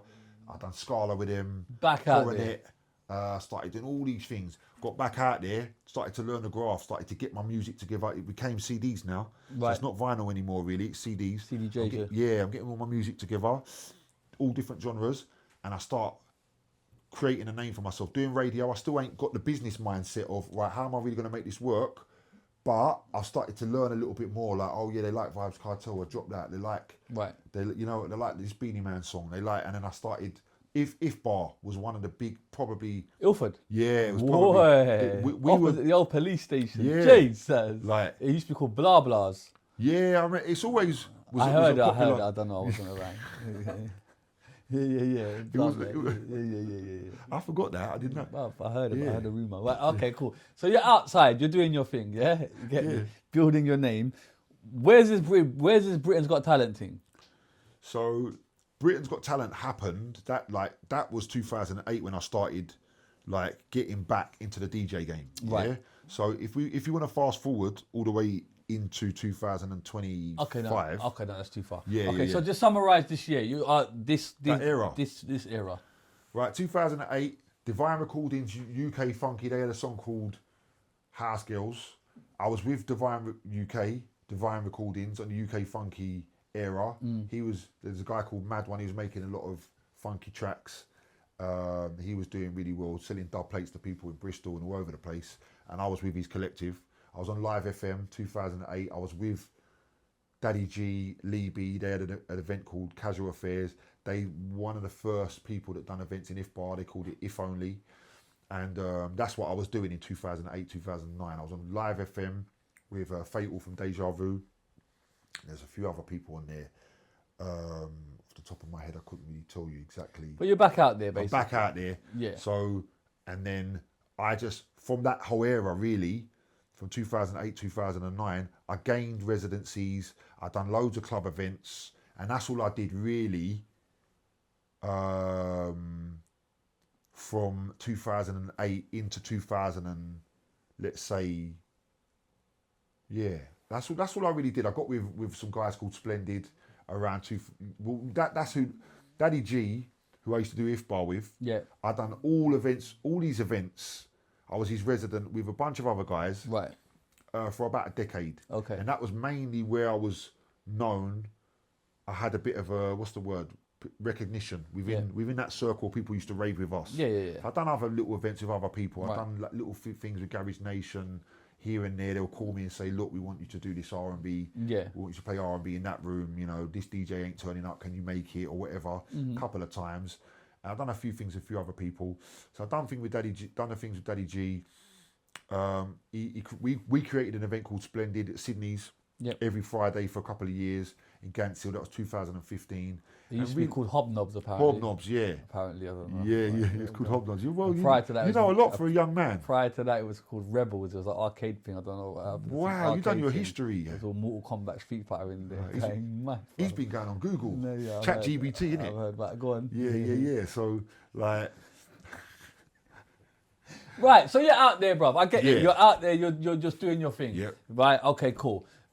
does TikTok era now start? Then you've been Pretty much. building a name, right? Pretty much, because that's all I did. I did this like from 2008 when I kind of got clean. Yeah, that's what you've been doing. Well, I just done loads of clubs, loads of residencies, Yeah. Shoreditch and all of that, until I was looking for something that was gonna take me to The next level. a level of Mr. I wanted to be. I looked at Mr. Motivator. I looked at Keith Lemon. I looked at even Celeb Black. All these people, and I thought, they're all in their own lane, and they got a sort of a iconic look for their brand. Yeah, I have to be someone who's got a wild twist to what I do. Right. It has to be like there must be a circus element to what I do, and it has to be like really out there and really wild. And I didn't know what it would be until I saw some guys on the internet. I saw, never really spoke about this to anybody. What's his name? Rough Cut. Rough Cut? Only Rough Cut I know is Rough Cut Lloyd, Brenton. It weren't Rough Cut. I don't know why my mind's gone blank. Right, go on. On this, there was a English looking guy called Rough something. Right. Yeah, I've got him on my Insta, and he's gonna think that I'm crazy. Right. For I mean, I feel crazy for not remembering his name, but he was DJing on the motorway, or above the motorway in lockdown. Yeah. What do you mean above the motorway? Like, on the bridge? Yeah, on the bridge in Right. lockdown. Yeah. Right. And then He was live streaming. like he was live streaming, and then I think he was one of the main ones. Then there was a Caribbean guy in his 50s on his balcony during lockdown.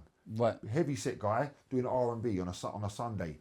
So there was a few people like that I saw, and there was Suat. Suat is one of the main. I think the first really like he's like the god of. He's the guy that was walking around with a rig on his back, Yeah. going crazy. What a legend! Yeah. What a legend! There was him as well. Going in shopping malls and just having it. What a Supermarket. what a boss! Yeah, yeah. What a boss! Right. Yeah, so I saw him, and then I was saying I was going to go out on the street for about a year. Yeah, Right. But if I'm being honest, I didn't think about TikTok. I just thought it wasn't a busking thing for money. It was more of, let me go out in the street and practice. I thought I could do 4 hours. I only do about an hour-ish on the show every day, Right. streams. But I thought, let me go out on the street, take my decks, and I'm going to practice in the middle of a high street. But I'm going to be just doing tricks and trying to get better so that I can take that level of skill to the clubs, and I'm going to be this person that's known for DJing on the street like that. Right. Then, and this is something that I've never really ever shared, but I'm going to give it to you all and give it to you real. I saw some equipment had come up on my timeline. Some equipment, I could use that, I could use this. But then all of a sudden, I kept seeing this guy on my timeline. Yeah, I'm really glad I'm talking about this actually. I kept seeing this guy come up on my timeline. I said, this guy is going to be somebody. Yeah, because he was always coming up on my TikTok. I said, what? Like, this guy is relentless. It was AG Online. AG, right. I never watched him though. Right. Because there was for no reason. It's just because I was scrolling, so I'll just see him for 5 seconds. I might watch him for a minute or two, but I wasn't into watching people live. I was into more watching someone talking about something for a 1 minute clip or different sort of things. So I was always seeing this guy, always seeing him, thinking whoever he is, he's going to be a legend. That was it. One day, I saw him on the street, and I never thought I'd ever talk about this, and I don't know why I never thought I'd talk about it, but I never thought I'd ever talk about it in public. One day I saw him on the street, and I was like, he done it before me because I was playing around, and I did. The thing with it is that I didn't know. I wasn't the person that was going to find the apparatus of how I'm going to carry it, what I'm going to use, what I'm going to put the decks on. I weren't that person. Yeah. So when I saw him, I was like, oh my God, my jaw dropped. And I think it made me like, it just done something to my whole energy. Yeah. I want to do it. Like, I just thought, I saw how he was doing it, yeah. and I saw exactly how he was doing it, and I thought, I have to do. I didn't know it was going to be on TikTok. I thought I have to do it in that same way. Right. Yeah. So then he went out on the street. I think I saw him on the August, and then I was out on the September. But I bought the wrong piece of equipment. I had to send it back because it broke on me a couple of times. So I had to send it back a few times, and then I got out a few times on the September. I think he said he was out in the July, but I remember seeing him in Letchworth with a fountain behind him, and it was the summer. And so I immediately, luckily I had money around me, started researching what he was doing, and I thought, all right, that weren't how he was doing it wasn't my idea. Right. Like what I'm saying is he was just playing tunes and doing what he was doing, but my original idea for myself was to be mixing it up in the street, dropping this tune, wheeling that back, and being a real, doing a lot of skill. Like a club DJ. Yeah. But more like I won't say a circus act, but more like, oh wow, he's just mixed body groove with this, and he's dropping Mark Morrison over that. Or set basically. Yeah, but something quite technical. That's what I was thinking of doing. Right. But you said, sorry to interrupt, you said, I've never said this before, like our AG was the guy. But there's nothing wrong in getting inspiration, because I don't mean it like that. Because AG's been here and he's got inspiration from Suat. Yeah. He said it himself. Yeah. So I don't think there's do you get me? I don't know. No. Okay. When I said I weren't never going to say it, it wasn't for any other reason. It's just that, like, some things I feel like, not really that, because it's only right that I say that. But like the addiction thing, I was never going to talk about That's that. fine. Addiction, I get it. Yeah. I get And that. That's there's perfect. just certain parts of the story that part of my storyline that I always thought, right, I don't need to. When you look on the internet, everybody's spilling their beans. Right. So I thought, And now here you are spilling your beans, thinking, how the fuck has that happened, bro? Yeah. What's he made me do, bro? Don't Yeah, start the it's your guy. fault, bro. It ain't my fault. It ain't You know my what I fault. mean? All right, come on, look, right. So you start doing, you see AG and you Yeah. want to do like a club mixing set, right? Yeah. I didn't want to do it the same way that he done it, because it was similar, but he was more like a radio DJ on the street, kind hosting of. and Yeah, I get it. Yeah, so my idea was different, but he got out there, done his idea, and I liked a lot of what he done. And I did later on go on and do what I originally said I was going to do with the mixing. But I did also find that people, they like that, but there's a lot of other things they like, but as well as that. But yeah, so I saw AG, I saw what he was doing, and it took me about a month or whatever to get all the equipment together, and then boom, I went out on the street, and then Where did you go the first? rest was, I think Manor Park was the first place I went with the old equipment. Man went to the hood, fam. Manor Park. Why'd you go Manor Park, Yeah. bro? About all places, I went Manor bro. Park because I was close to there. Right. So I was like, all right, I'm going to go just down the bottom there and do it. But people noticed and was looking and smiling and happy, but it weren't really popping because I had my back. I didn't have the table and that, so I had to find somewhere in the street that had the same surface as my deck, put it on there. On yeah, someone's wall in her on yard, someone's bro. Man, wall. said, what are you doing on my Someone's wall? wall, yeah. Right. And Okay. then so, someone's shouting out, what are you doing on my wall? Right. But How does it go first time? Go well or not many viewers, right? but people saw it and a few people liked it, and there was the people saw it, a few people liked it. I even bumped into my dad. My dad was even driving. I felt like I was going to be embarrassed. Right. When I first started doing it, I was like, what's everyone going to think? Right. Like, this is crazy. Like, people are going to think what they're going to think. And I did have friends coming back and telling me that people think you're crazy, because no one had seen, like, another thing I'll talk about, I didn't think I was going to talk about yet. Many people, especially on my Instagram, hadn't seen AG yet. Right. Yeah, so from what I know, but I know that he was big on TikTok.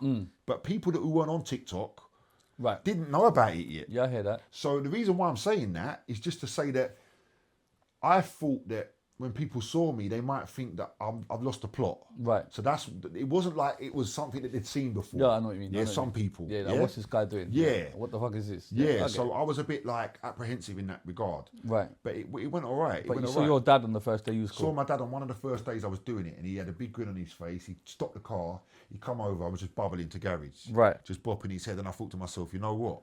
This is like, it. my dad's a boss, because he didn't even look and go, what are you doing, you madman? Right. On the street DJ. And my dad was just like, yeah, this is a vibe. Started bopping. If he had said, you madman, what the fuck is this? Would that have deterred you? Nah, because I'm crazy like that. I would have Okay. been like, yeah, I got a reaction. Right, okay, Like, fair yeah, enough. like that. Like, Okay. I don't really. So you like it and you just keep doing it? Yeah, I liked it, and I upped my levels. I kept doing it, and I knew this anyway. I don't know. I knew that I had to do it every day. Right. I knew I had to do it hard every day to make it impact. And pretty much within the first I don't know how long it was. Basildon was the first place that I started to create something for myself. But Right. I don't know how long it was. It might have been the November. Right. It might have been, because it might have been the next month. Right. I would be in Billericay and have a kid shout across the road my name Right. within the first month. Right. Like, oh my, like, G Smallz. And that was in the first month. Right. And it was crazy. My man, I didn't know it yet. My friends didn't. I heard some things that people said you've lost it. What are you doing? Because I'm putting up videos and homeless people are dancing with me. Yeah. So they're not quite seeing the vision. It might only be one or two people. They're not quite seeing the vision of what this means and does it make sense for them. But to me, it was made total sense. How are you picking your areas? Random. You wake up and go in Chelmsford. Random. Going fucking Random. Manor Park. Yeah. Forest Gate. Yeah. That's it. Yeah. You're not going south. You're not going west. You're keeping it on. I didn't want traffic issues. On this side. Okay. I didn't want traffic issues. Right. And I was getting, because I'd hit Essex, I felt like I was getting a reaction. So I thought, well, let me just go to the left of that town, go to the right of that town, go around the back of that town. You just plot let me anywhere. keep hitting that same Yeah. 3 mile radius, I hear it. 5 mile radius, and just keep hitting, because it made sense to momentum. Right. Like you in Romford, Grays, Basildon, Right. Brentwood, like, you know, Hornchurch. And how easy is it to set up? Back then it was like I was up within like 3, 4, 5 minutes.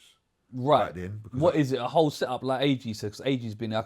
That's my Yeah. only point of reference. Me- Building yeah. a rig and kind of transporting and all of that. Yeah. You can do all that. You're doing all that. I had a really basic setup, and AG did help me later on. Okay. AG helped me because we used to talk. I love to hear that. Yeah, we used to talk, and What a nice guy. oh my god, like Yeah. that's why I'm so glad I'm talking about. And it's great. him as well. He doesn't see you as competition. I'm not helping them, man. Because the No. bad mind could be like, bro, I'm not helping that man. He's doing the same thing to me. Fuck that, nah, bro. But it's funny. I got a funny story about that as well when we first met. right. Got a funny story, but what was it? So the setup. Yeah. 3 to 5 minutes. That's what made it. That's what blew my mind, because I was like, I remember going back to what I said in the beginning. I'm this kid just mixing records. You can't take 1210s out on the street. Yeah. They're too heavy. Kind of vinyls. You're crazy, bro. It's too heavy. That's old school sound fucking system stuff, isn't it? Yeah. Man, you've got to get a higher. You got to have your rate. boys to help you to you know Yeah, to help yeah. you to carry that. So I never knew. This is quite an interesting thing. I think is interesting, but I never knew that in the future I would be that guy, and that I never made it from being this guy that was known for mixing. It weren't enough. I thought, yeah, I could get to EZ's level and people would like me for Right. mixing the tunes and mixing the go. I didn't realise that I had to be a businessman and I had to go left field and I had to evolve all the things we spoke about to create this thing that made nans, and I had people's nans coming up to me and their sons and their uncles and that's it all.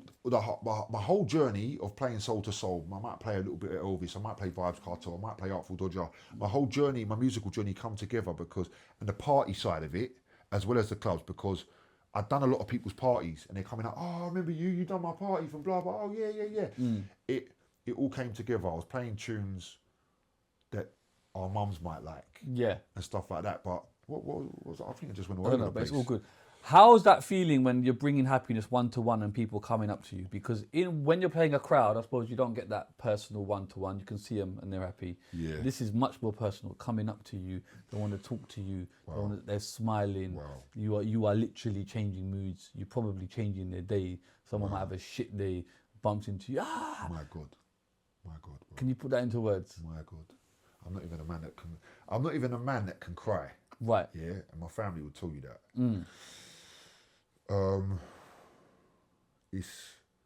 It's crazy because there's so much. I hope I get to tell you everything, but if I don't, we'll do a part 2 in 2 years. No worries. When you're too big to get hold of. Right, good. I'll try to call you and you won't even pick up. No, never that. Right, good. So I don't know what he done in his private life. Yeah, I don't know. Disclaimer. But as in like the story in the news. But I'm a massive, always have been, and my family have always have been, Michael Barrymore fan. Right. Makes sense. He was like God in our house. Yeah, TV personality, Strike It Lucky. I heard about them shows. I didn't know about you them. heard about them, yeah. Now you've got to go Strike It back Lucky, and watch YouTube, man. The top, like middle or bottom, I heard about them. Yeah. Right, anyway. But Michael Barrymore was the TV god. He was the guy. So Michael Barrymore, Des O'Connor, Cilla Black, and there's one more, Bruce Forsyth. They are the holy grail for me, yeah? Yeah. So I feel like a part of that is a part of what I do. So when people come up to me in the street or wherever it is, and it's happened it's happened so many times, yeah? It makes me very emotional in myself because I didn't know. I just thought, I was going to be this DJ that's going to be like EZ or Cold Tough Enough Brown and people are going to like my style. I didn't realise that I'm just having fun and trying to be as positive as I can, and people are coming over and they're dancing with me, they're chatting with me, and it became a whole new thing. And to be honest, AG did the same thing. AG was doing a similar sort of thing with talking to people, doing a similar sort of thing. I was doing something kind of similar in the parties where I was dancing with people before I went on the streets. So I was dancing with people and having fun with people, not really talking to people in the parties, but going on a dance floor and dancing with people. So yeah, I don't know, the way that it made me feel, I'm still buzzing every day from experiencing things now. I was in Peckham, people walk past. I was in Bromley, people walk past, I know you, like nearly everywhere.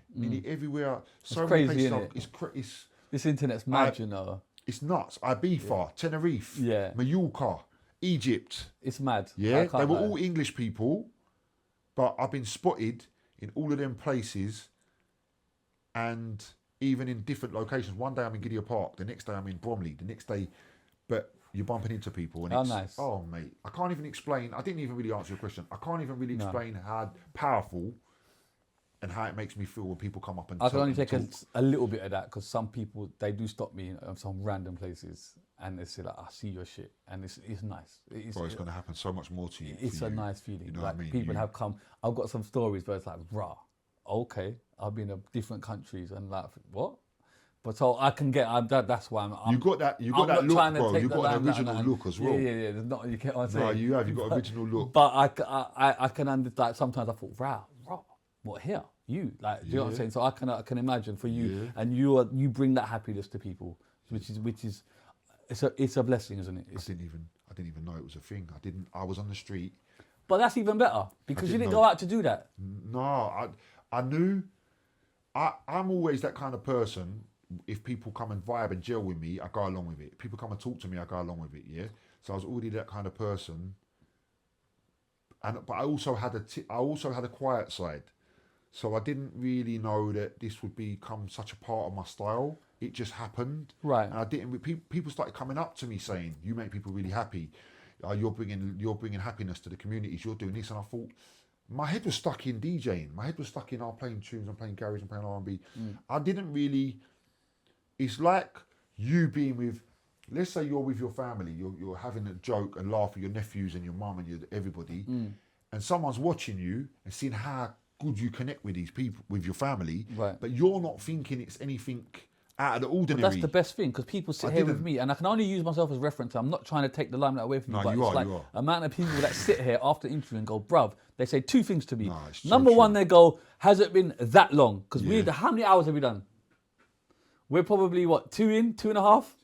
Right. Wow. Yeah, and you don't realise, yeah? Wow. That's what most people say to me is that. Yeah. And the second thing people always say to me is, where's your script? You don't have a script. How have you done that? These are two things I want to talk about. I want to at least have a section where I get to talk about you in this. No, all right, yeah, we'll do that. But I'm only using it as a reference point because that's the best thing, natural. When you're natural, because you can't fake it then. You only be you, which is even more beautiful because you're just doing you, bro. Yeah. You ain't got a plan and be like vindictive. Oh, how am I going to do this? I'm going to do this. No. That's the most beautiful thing, bro. I'm just doing me, man. Simple. Is there pressure for you every day to get up and turn up? Because now the people are relying on you. You may not be in that mood. I don't know. Yeah. How is that for you? You're brilliant, man. You're so good at the questions that you currently just wait. And I even thought to myself, like you said about you ain't really got a script and that. I said, well, this guy's wild. Yeah. Is that how he's doing it? No, I'm happy for you and I'm proud of you, bro. Thank you. And you know what? I know, like, you're asking me the questions and you're talking to me about me, but I can see from certain things you've posted, you was in a film, you done music. I can see that you probably didn't know that you was that guy in the podcast world. Of And course for I didn't me, know. you are 100% didn't know. you are a Prince or a Michael Jackson or a appreciate it. Madonna or a, you know what I mean? Big words, You thank are like, when it comes to podcasts, even no matter, I can just feel that from you. Your iconic logo, No, I the appreciate red. I associate red with you. Come I on. associate light with you, cheeky chappy next door. No, I love and brother. you talk to a person like they're your friend in their podcast, and you got something very special. Yeah, but you are my friend. They are my friends. That's how I look at everybody. If we're having an intimate chat for 2-3 hours, we're Yeah. friends. That's it. That's how I You look at can't be- everybody. You can't be. Fact. Do you know what I'm saying? Yeah. So you can't be nothing else. There can't be fakery after this. Yeah. If I see you, it's love. I'm gonna give you a Yeah. hug. So yo, my brother. Definitely. It's always. It's not Bro. a. And I That's always how I talk see to it. people that I chat to. Like, Yeah. it's not a show, and that's it. You fuck off now. No, I've got no, my no. content. That's you. That's who you Fuck are. off. You get me? Yeah. Unless you're Bonnie Blue. No, I'm joking. But what I'm saying is, I always. Yeah, that's the no, best. no, no. That's the best way to be. But how is that pressure for you? That you got to turn up yeah, and wicked question. In the beginning, I had 2 lists. right. Right. One of my lists was why I had to do it, even though it killed. This is another thing I've never spoke about. It killed me. There was a side that killed me, knowing that I had to do what AG done. Right. There was a side that was so in me that was like, I don't want to do this. And when I met him, I kind of mentioned some of that, but we could talk about that another time if there's time. But like, there was a side of me that it killed me, but I had a big list of why I had to do it, even though AG had done it before me. Right. And there was another list, or it was maybe the same list, big long list that I had to write of why I have to get up and do it every day. Because that was hard sometimes. So that I had to become a robot on doing it every day, even in the rain and in the snow. That was kind of easier because I was like, right, this is going to be wild. People know it's snowing and I'm out here. People know it's raining and I'm out here. Okay, so is that a know what I real mean? reason Like, to I get? Because I'd be the opposite. Fuck that, it's raining. It's That's- freezing. That's why I love it. Right. That's why I think when it's raining or whatever, I'm like, yeah, like this is even more motivation. I'm out there. Right. People are indoors and they're seeing like, oh, I don't want to go out, but he's out. Yeah. So it helps take it to the next level. Right. But yeah, I wrote a long list of why I need to do it every day, just in case I needed a reminder to look and go, oh yeah. And I used that list for quite a while. I don't need to use it now. Right. I did have 4 months off because I left some equipment in Ibiza by accident. And to be honest with you, the way I was getting recognised, the things that was happening to my phone, to me as a person, it was so powerful, I kept hitting brick walls. Meaning? So like, as in, I was a human being and I didn't feel like I could match. I had to learn how to deal with, let's say on an odd occasion, 5-6 people talking to me at once. Or say I'm on the show and then people expect to come on, but I've already had 20 people on and I don't want to I'm not in that part of the show where I'm ready to let someone come on. I'm not the kind of person to when there's a kid standing there waiting to go on. I struggle with. I feel like I'm a people person and I'm a people pleaser. So I'm like, all right, I know I don't want this person to go on right now because I'm in the middle of the music and I've already had 20 people on the show right now. But I'm gonna let that person on. I struggled with the amount my phone blew up. The amount I had to say no to certain things, like that I didn't want to say no to. I struggled with giving people prices that I knew who wanted me to DJ that I knew for 20, 30 years. Right. Like, and I did have issues where people didn't like it, or In the like words, certain things in like the that. It words was of all Fat too Joe, much. yesterday's price is not today's price, bro. You get what I'm saying? It's- You got to, bro. I say it straight. The day comes when I blow up, bro. My price is changing, bro. Because you were. Oh, but then again, if they were there from the start, I get that. Do you know what? I get that as well. You There's a have lot keep- to it. It's not simple. It's not just like, as much as you love that person, yeah, as much as you love that person, there's reasons why you've got to keep certain things, your vision. Say your vision for who you are now, Shizzio, yeah? You're not going to want to compromise who you've become to go backwards for See, you're that, not. now that's there's- true, because there's certain people that I know, They didn't want to come on the show at the start. You get what I'm saying? Now they're hitting me up to come on the show. But now it's like the timing is not suited, really. For them right now. For me to really, do you get what Alignment. You get me? So now I'm either arsehole now because I'm saying no. You're not. But I gave you months, a year, 2 years to come on, and you obviously didn't think it was suitable for you because it's not big. I don't know what it is. It's do you business. get what I'm saying? It's just business. So I understand that point. It's like I've got to not be ruthless, but it's like, bruv, I did give you opportunity. You didn't want it, and now it's like. That's why you should feel cool about it. And now you want a queue jump. Yeah. Do you get you what want it now? You want it yesterday? Yeah, I want come on. Yeah. Come on, bruv. Come on, bruv. I feel like that's the cycle that a lot of successful people have gone through, and you're just going through it now. But then that's where it's like you got to be ruthless with business, or you're gonna be nice, cool. Bro, you got to be ruthless. And I've had times where I don't know the full situation of everything, but times where I've been heartbroken because there's something I've really wanted to do, but I couldn't do it. And I might have heard that I've upset someone or certain things like that. And I had a friend of mine, a DJ friend of mine, he got upset with me because I won't even go into the real reason because I don't want him to know that I'm talking about him. But I'm sure one day down the line he'll be fine again. But my phone was blowing up to the point that everybody wanted to know what I was using. All of a sudden, what are you using? What speakers? What? Okay. And I didn't like it. Why? I didn't like it because I felt like I learned a lot of things. I don't want to talk too much on these kind of things because I feel like it could come across the wrong way. Right. But I learned a lot of things, and I feel like if the first time I ever speak to you, I want something from you. Right. And you got hundreds of people doing that. Right. Yeah. I don't know how many, but I had a lot of people doing a lot of things. I'm not saying it's derogatory or it's negative what they did, because I wanted the attention and I wanted success. Yeah. I'm just saying when you get so many people lining up asking a certain thing or whatever, you can't get to all their messages anyway, but your gates might start to go up. You might think, like what you said, your gate might start to go up and you might think, oh, wait a minute, like my kids ain't even asking me for anything. But you could just put a post up and say, I've had 100 messages about the equipment I use, this is what I use. Or are you kind of thinking, I don't want more sharks in this tank, I'm the monopoly here, which again is understandable. It's business. Do you get what I'm saying? No, do you know what?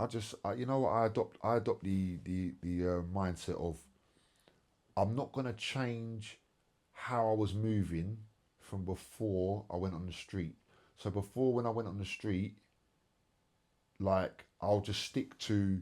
There's a lot of ways that, like, I don't know, if people weren't really interested in what I was doing before I went on the street in that regard, right, they wasn't really bothered about asking me what I was doing before then, obviously because I wasn't very visible or whatever, then I'm not really going to be that urgent to tell people Fair now enough. Kind of. And the thing is like, how many messages can I answer? Yeah. How many, and also I got people that around me that I know, that I love, or that are my friends or whatever. I can't reply to every message and I don't owe anyone. I started to realise, like, I don't owe everybody everything, and I've got to be loyal to myself, because the DJ game, like, I went years doing things for free, not making any money.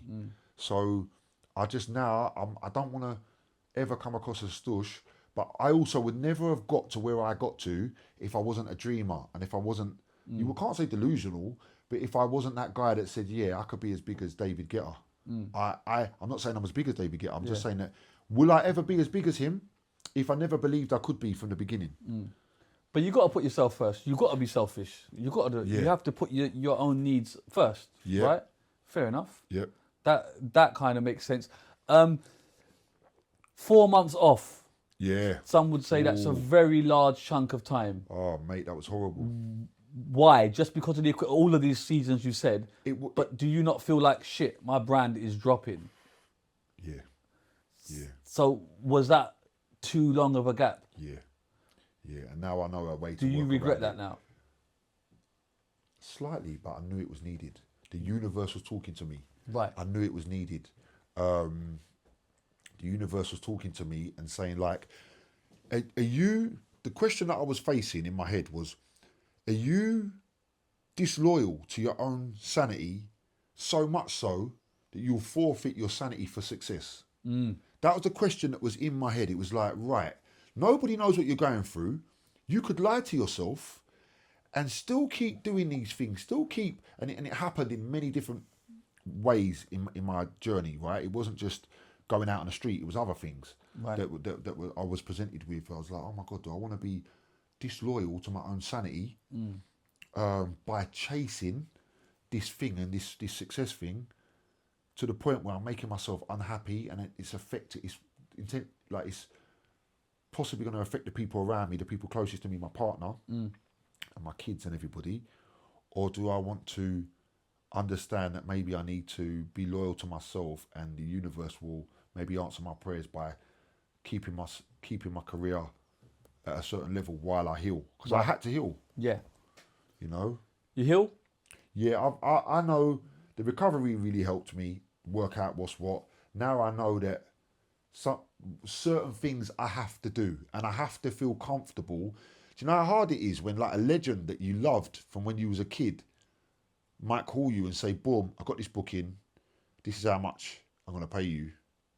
And you're like, I want to work with you, but I know I can't go back on that old vision. I can't go back on the old me. Right. Like a lot of things, mad things like that happened. Do you know what I mean? Sometimes even people ask me to do a particular booking, a friend of mine or something, and I have to not even get involved in answering the question. Because if you tell a friend your price or whatever, that could be mad upsetting for that person. Like, whoa, like, is that you dealing with me or whatever? And I know that that's happened because I've heard that that's happened. So I had to heal. I would never do it that way again. I did feel my brand dropping. And around that time, there was other people in the street doing their thing. And I was like, and I knew I had to listen to my own heart.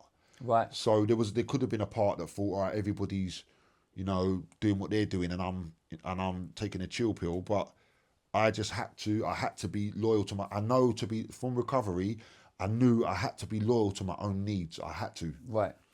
But you're back out now. Back out. I've been out 7 months, nearly every day. Do you have a team, or is it just you? Because AG has a team. Yeah. It's literally Big up just Buffy, you. what a legend. Come on, yeah, and yeah, Zion. yeah, wow. Yeah, come on. I don't know the names of the rest of the team, but Buffy's helped me. Right. I've met Zion, clean energy, lovely man. Yeah.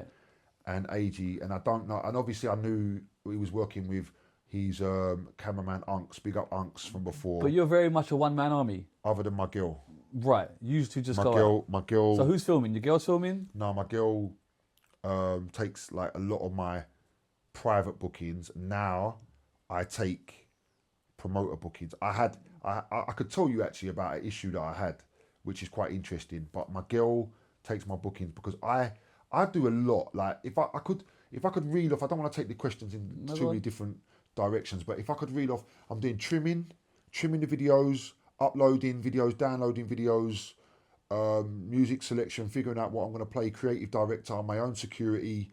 I've got to deal with repairs. I've got to research equipment if I need to get new equipment, which is not that often, but I've got to work out how to live my life and to get to places. I've got to avoid rush hour. I'm paying for parking. I'm working out what areas I need to go, new areas. Like there's probably a lot more to it. I've been in the studio. We ain't really spoke about 2 Ton, but I've been in the studio. Me and 2 Ton have written, I don't know, 8 to 10 songs that we've put out. A few of them have really done really well. There's a lot of reaching out to artists, which I don't really do anymore. I had a period where I did it, but that's a whole nother job. There's a lot of things that I haven't really. I've got to be the one. Imagine you got Stephen Mulhern doing In for a Penny. He's got a whole team around him. This person comes on, they do the petrol pump thing. They do whatever. I've got to gauge. All right, that person smiled. Yeah, I want that person on. Boom. You all right? Like I got to gauge it. This person's come over. They look like they might want to come on, but I can't let them on because I'm getting overwhelmed. I've already had 10 people on, and with my condition, ADHD and certain things like that, I can't deal with any more people today. I'm a bit overwhelmed socially, so I've got to deal with all these things. So I thought I'm not going to let my girl do the bookings. So my girl does that, and other than that, that's it. That's the only member of my team. I do everything else. Isn't it time to get someone like to do your social media or something like that? I really wished when I was talking to Buffy from time to time and AG from time to time, and seeing what AG was doing, and seeing how he was leveling up, I knew I needed a team. But for me, it has to come very natural. Like me and my girl, obviously, we're very natural and certain things like that. But it has to be, it has to be organic when I'm. Because I suppose it's hard doing the sessions and then putting out the videos. Videos got to come quite frequent. I suppose you can't. That's going to suffer then. How many videos you putting out a day? Do you know what I mean? The amount of content you could probably. It must be hard to juggle it. Sometimes in a show I get 10. I might get 8 really good clips. Yeah, but to edit and post them.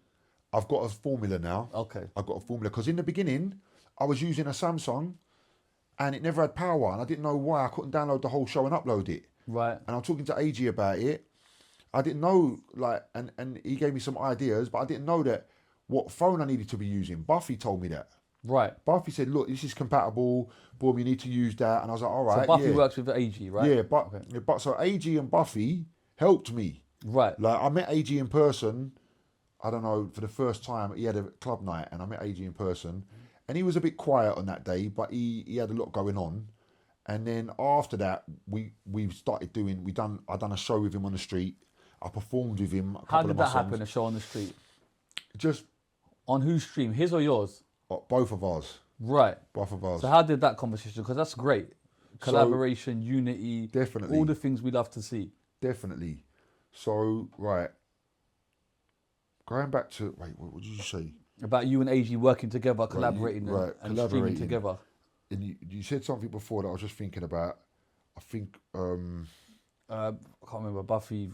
I don't know. Yeah, Buffy, so I just juggled everything by myself. Right. And I can't even remember what the rest of it. But Buffy, met AG and Buffy. Right.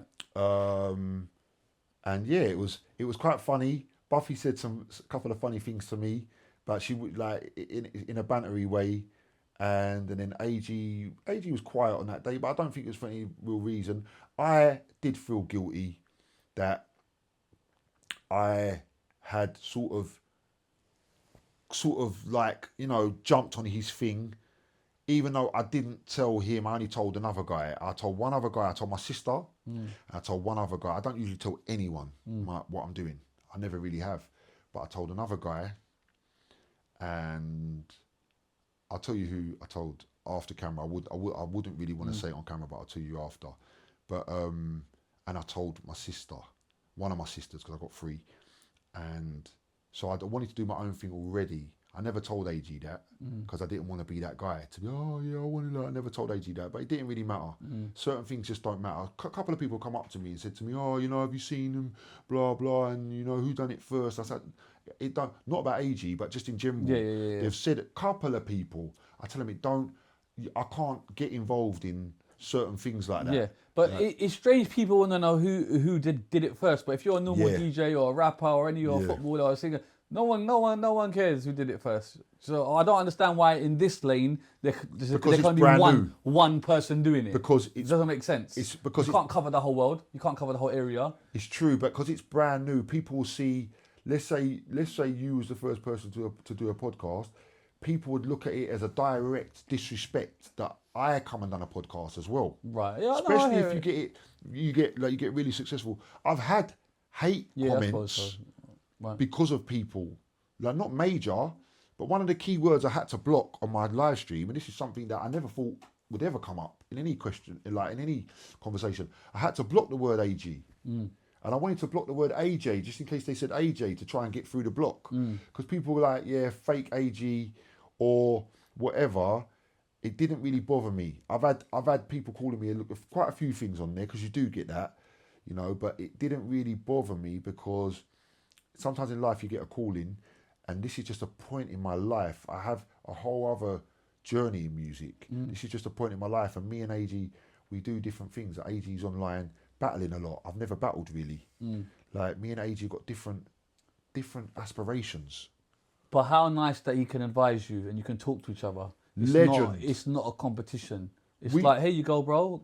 Do you? What a legend. And I feel like me and him were meant to cross paths. I do regret that I never went on his live stream on his birthday, because I was supposed to go on his live stream on his birthday, but there was a strong reason at the time I didn't, and it had nothing to do with him. But I went on live and I mixed with him, and I feel like I don't know the true thing, because he didn't really seem that bothered and really show me that he was bothered or anything. Yeah, but he was doing his thing. Yeah, he was doing his thing. But what was I going to say? I feel like he warmed to me. I'm not saying he wasn't warm to me in the beginning. Because in the beginning he was very, you know, I took a picture of the first day we met, and I've got that picture somewhere. But he warmed to me, not saying that he wasn't warm in the first place, but he just would ask me on the odd occasion, right, do you want to come up? What a nice You guy. know what I mean? Do you want to come up? Let's go on the street. Let's do it. And we done it. We done a battle once or twice, and we was on the street together. And I'm grateful to say that I'm probably, it shouldn't come from my mouth. This probably come from somebody else's. But I think I'm the only person that has DJed on the street with him and performed my songs on the street with him. Amazing. What about Mac 10? He's also out here, someone you've worked with in the past. Yep. How is that scene? Another brother out here doing his thing. Good question. Do you know what? I think, you know, the grime scene, like I've never been a part of the grime scene, but I loved seeing that the grime scene, what's happened with the grime scene. Yeah. Like the Dizzy, the Wiley. Yeah.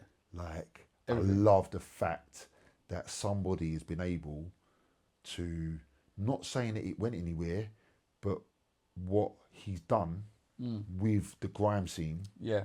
Like, I thought it was incredible. Yeah. And also, like, certain people have done incredible things that are deep within people's veins in music.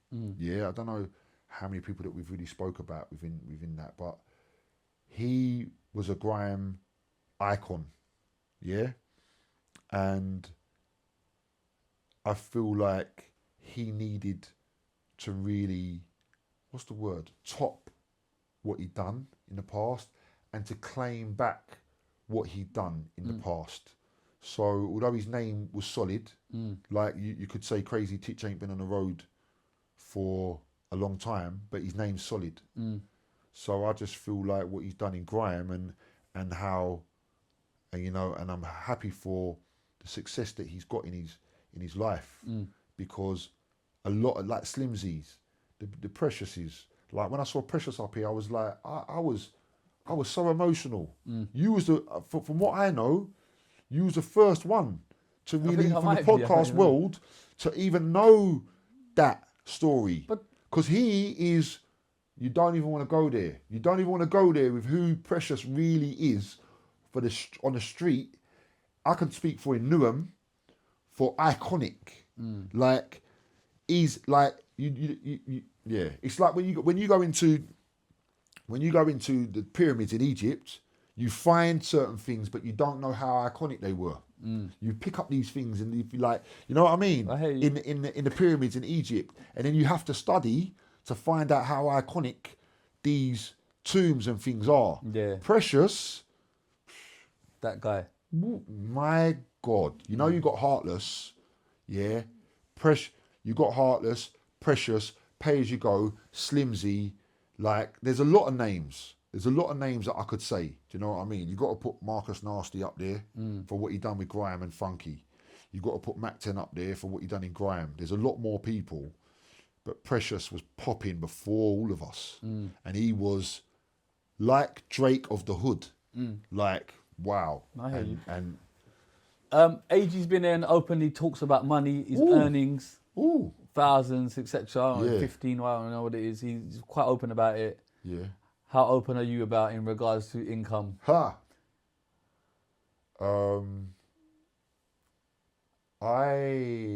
am quite a private person. Okay. Like, I didn't know, and I don't, there's certain things I think there's certain things that I don't think are to be spoken about. Yep. Like, I wasn't the biggest fan of talking about my substance abuse today, but I thought to myself, you know what, I really love this. I love what you do. I love this appreciate podcast. And I thought, I ain't going to come on here No, if it felt right, then- and edit myself.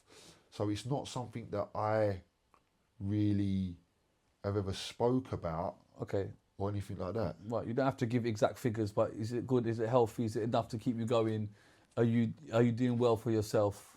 Because people see online stars and immediately think that it's great, making thousands, 10,000, 20,000, whatever it is, which I can understand to a certain degree. But being in it myself, I know it's not. It's not always what you think it is. Definitely not. Yeah. But I mean, is it enough? Is it? Do you know what I mean? Is it sustaining your? Do you know what I'm saying? Yeah, like I'm able to, you know, just live my life in a way that's comfortable for me. Yeah. Do you know what I mean? I'm able to live my life, but then again, look, you don't know what's coming around the corner. It's like you don't know. It's not like someone's lined up loads of things for you and it's all sitting there. Yeah. You know, you get phone calls, things come in, and you live. But it's not like everything is always lined up all the time. But I'm happy with where I am. Yeah. And I'm here, there, and everywhere. And yeah, I feel comfortable. Just one question, safety aspect. How is it that you know what I mean, when you're out here, you've got a lot of equipment, you're about, how is safety, how much of a concern is it for you? You're going to places that perhaps, you know, if you're not from them ends, should you really be about there, let alone setting up equipment on your jacks with, you know what I mean? How much of that is a concern to you? It's not in any way, shape or form. Okay, why? Because I've had incidences. I can imagine. I've had incidences on the street, like with my DJ equipment. Yeah, that's what I mean, yeah. Like I've had, you know, a guy come over, accident, he was drunk. I knew him from the manor. I sort of went to tell him not to come close, spilled his drink into my equipment. Only cost me £100, but I was out of action for a couple of days. Yeah. I had someone throw, my first video that sort of blew up my Instagram was, and I weren't going to post this. Right. Someone threw a bucket, I would imagine it was a bucket of water out there flat. I didn't know because it was above the Santander. Right. Right into my equipment. I didn't go knocking on the door. I wanted to, but I knew. They finished the equipment? Nah, I turned it upside down immediately. Right. And there's still little glitches in it. I'm still using it. Right. But yeah, it didn't really mash it up. But yeah, there was like I'm still using it. So I've had things like that. I had another guy in a wheelchair try to grab it. What else have I had? I had a drunk guy sort of trying to have an argument with me one time. What else? I've had a few little things. But you're not deeply concerned about. No. Okay. No. And the police, legally, you get asked to move on? Do you get asked to move on? I have been, but they're all right a lot of the time. It just depends where you are. Yeah. Yeah, I have been stopped and told I've got to leave, and you know, I've learned to sort of gauge where I can be and where I can't be. And also, I hope you realise that it's not about the DJing; it's about the personality of you. So you should really understand that as well. It's not as much skill based. I get it. You can mix. But I think you should acknowledge for your own personal thing that people are coming to see you the way you are with them, the way you present you're a presenter, fam. You can run this job. But I'm saying I might take your job. But you can, brother. I'll give you a week. But what I'm saying is you should take time to understand that and be like, yo. Oh yeah. Do you get what I'm saying? It's not just about. There can be another one of you or another one, but they can't be you because they don't talk like you. They don't interact like you. They don't speak like you. Yeah. So I think you should really take that on board. Do you know what I'm saying? Yeah, like I've never really sat down, thought about it. Although I'm reminded every day by people. Yeah. I'm reminded every day by people, and one of the things that like. I've already spoke about this, but people's mums and aunts and uncles and all of that coming up to me and coming out the window, oh, and I know you and I know your song and blah, blah, blah. That's incredible, but I've never really overly sat there. I just think to myself, I was thinking about it last week, actually. I was thinking, because I have a very quiet side to me. I have a very quiet, like, and a laid back kind of side to me as well.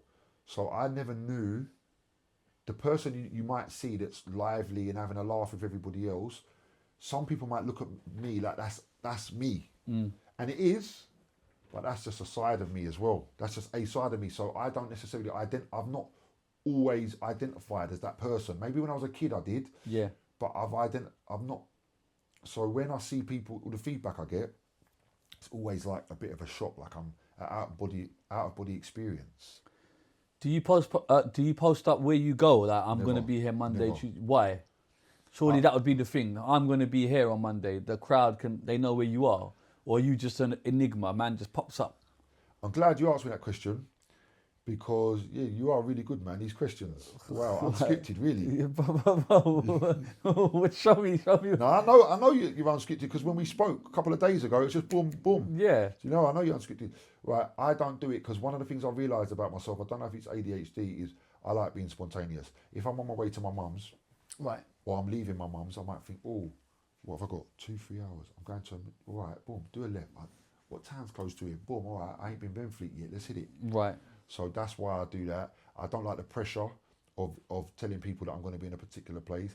And also, I feel like it's become a bit of a game. Oh my God, I just come out of work and I've missed him at the station, or Right. you was there and I didn't get to see him, or I like that. Like, it's become a bit of a where's Wally kind of situation. I love that. You know what I mean? So I don't tell people where I am. However, not to say I won't. I have been thinking about doing certain shows where I plan, and I don't want to talk too much about it because I haven't done it yet, but I have been thinking about doing it on the odd occasion, and I feel like it's definitely going to happen. Right.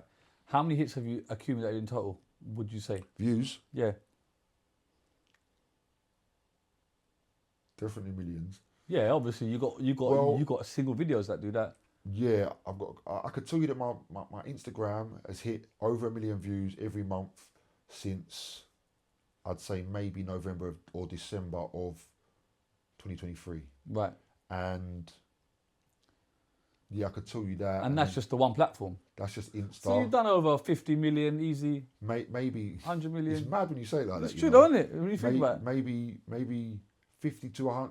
Maybe 50 to, I don't know if I'm over exaggerating. But do you ever? But I think 50 to 100 could be, I don't know. Maybe 50 to 75. Million. Yeah. Million views. Maybe. You ever deep how much time that is in people's lives that will stop and watch you? You know what I'm saying? And be like, bruh, It's crazy. like you are a part of their life and they're not a part of your. You know what I'm saying? It's crazy, and a lot goes through my mind. Like, do I need to be a certain way when I see people, or do they, like, how do they feel when they see me and I'm quiet?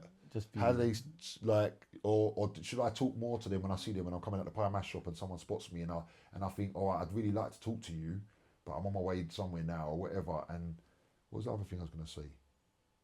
Yeah, people's lives, like, yes, a lot of time. It's crazy. That's the other thing I was going to say. I don't know how relevant it is, but a lot of people don't know my name. I was talking to Sam Supplier. They His know name my is face. joke. What, as in the DJ name? Yeah, they. Oh, right, A lot okay. of people do. They call me Smallz. Right. Like, a lot of people, they don't know. Like, they won't say G Smallz. They'll shout Smallz. Some people, I was at a dance, Petchy's dance, Soul Shore. I don't know if you know Petchy, but DJ Petchy, a good friend of mine. They'll say that's that DJ. They don't really know my name. Does that offend you? No, I love it because it's a foundation. It's the start of something. Yeah. It's like they know my face. Some people don't know. There's a lot of DJs out there. They know their name, but they don't know their face. So it's just a stepping stone. But I do feel very excited that my face has become a part of people's lives. It's amazing. We're running out of time, but can we just touch on the Britain's Got Talent thing? How did that happen? Can. What happened? Very funny story, but things are a blessing, and you don't always look at them as a blessing. We went on there. There was about a whole year process. Went on there. 1 year process. Kind of like a year process of like waiting to go on there, Right. and all of them kind of things. Yeah, waiting for the rehearsal. Waiting for the not rehearsal, but when you actually go and perform. So you're waiting for that time. Right. Yeah. Went there.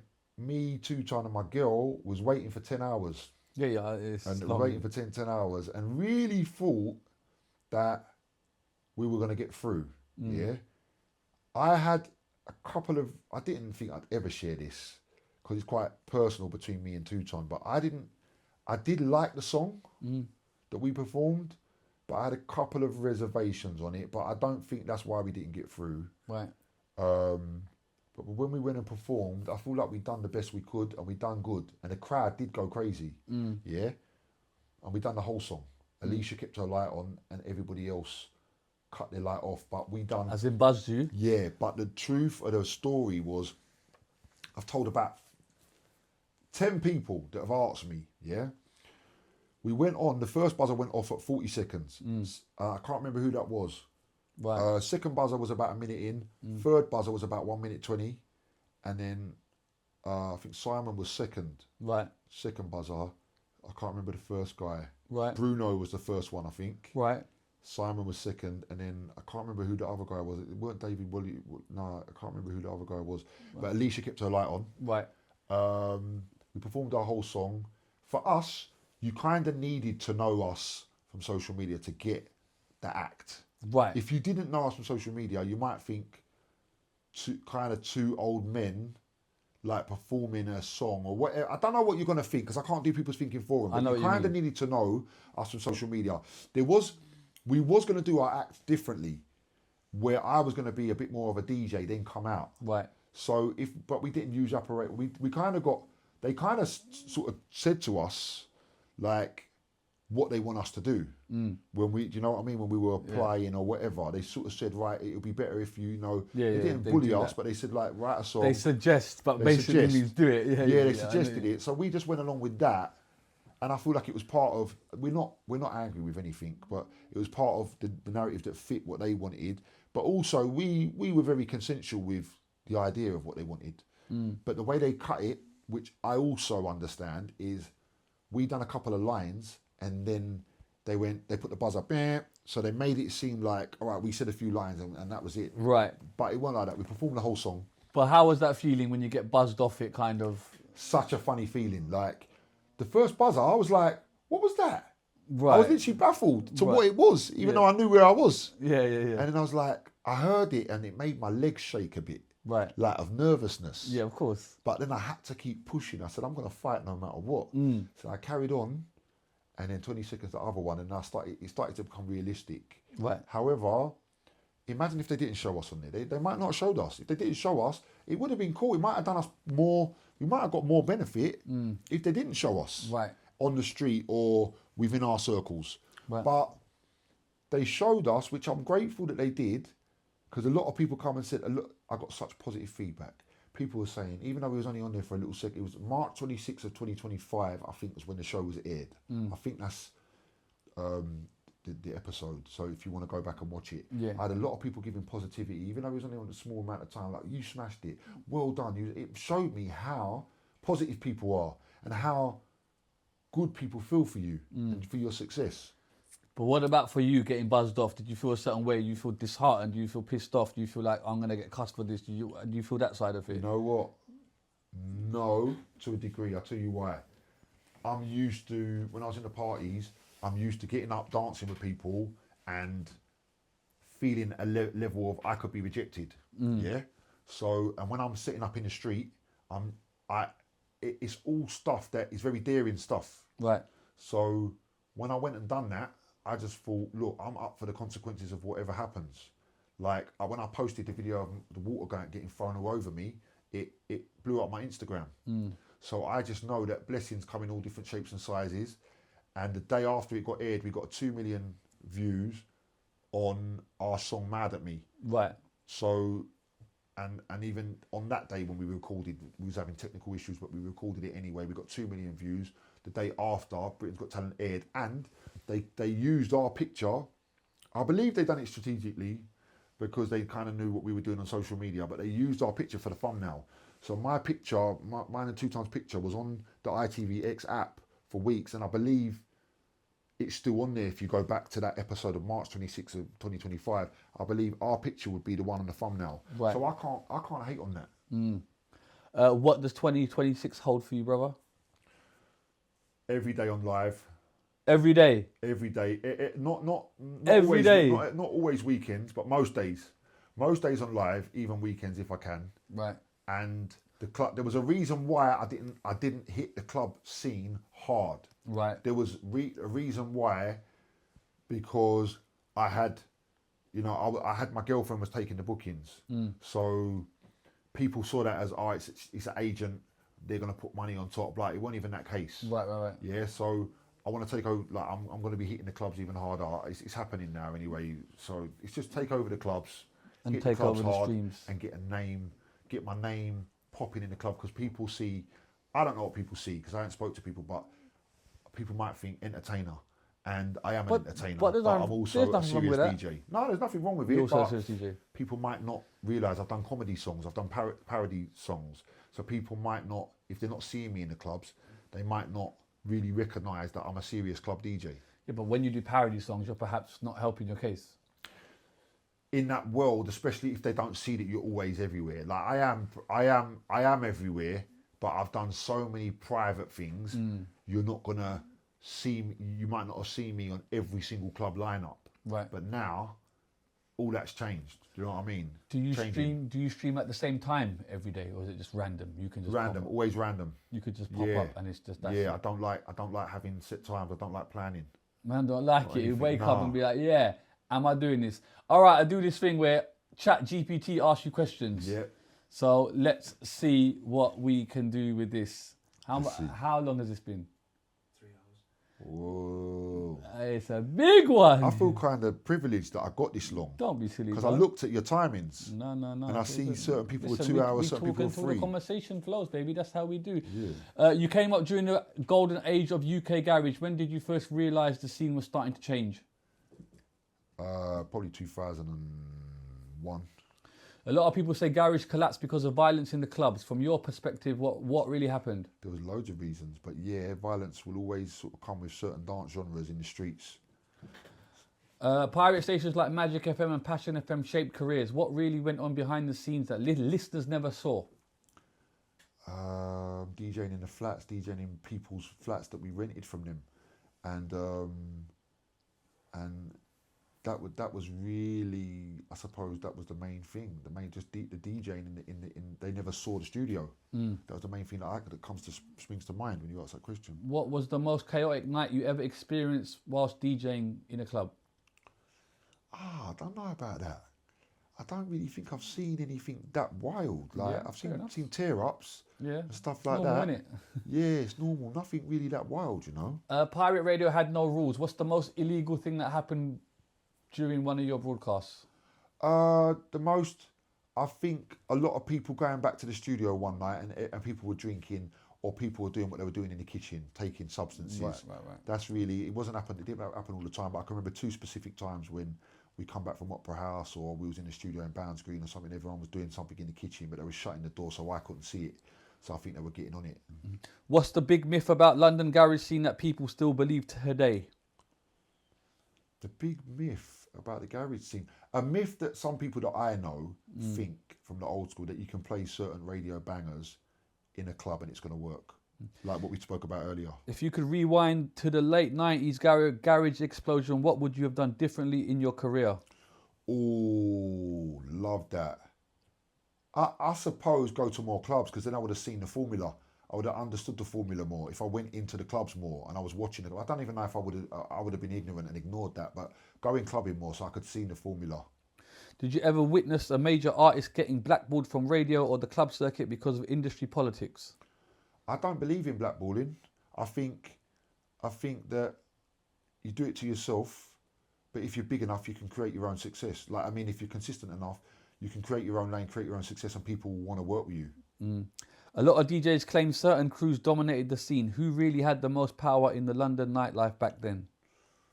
I just think people like Exposure, Steve McMahon, and One Night Stand, and Cookies and Cream, and Sun City, and Leisure Cosa Nostra. Lounge. Oh, Leisure shit, Lounge, love yeah, Cosa Cookies and Cream, and Leisure Lounge, and all of that. That's where it's at for me.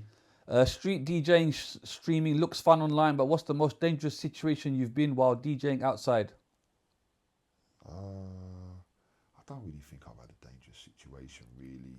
Yeah. Like all the situations that I've had have been minor. People, you'd be surprised. Like people are really good out there. Do you know what I mean? They're really good, and they like to see someone who's chasing their dream.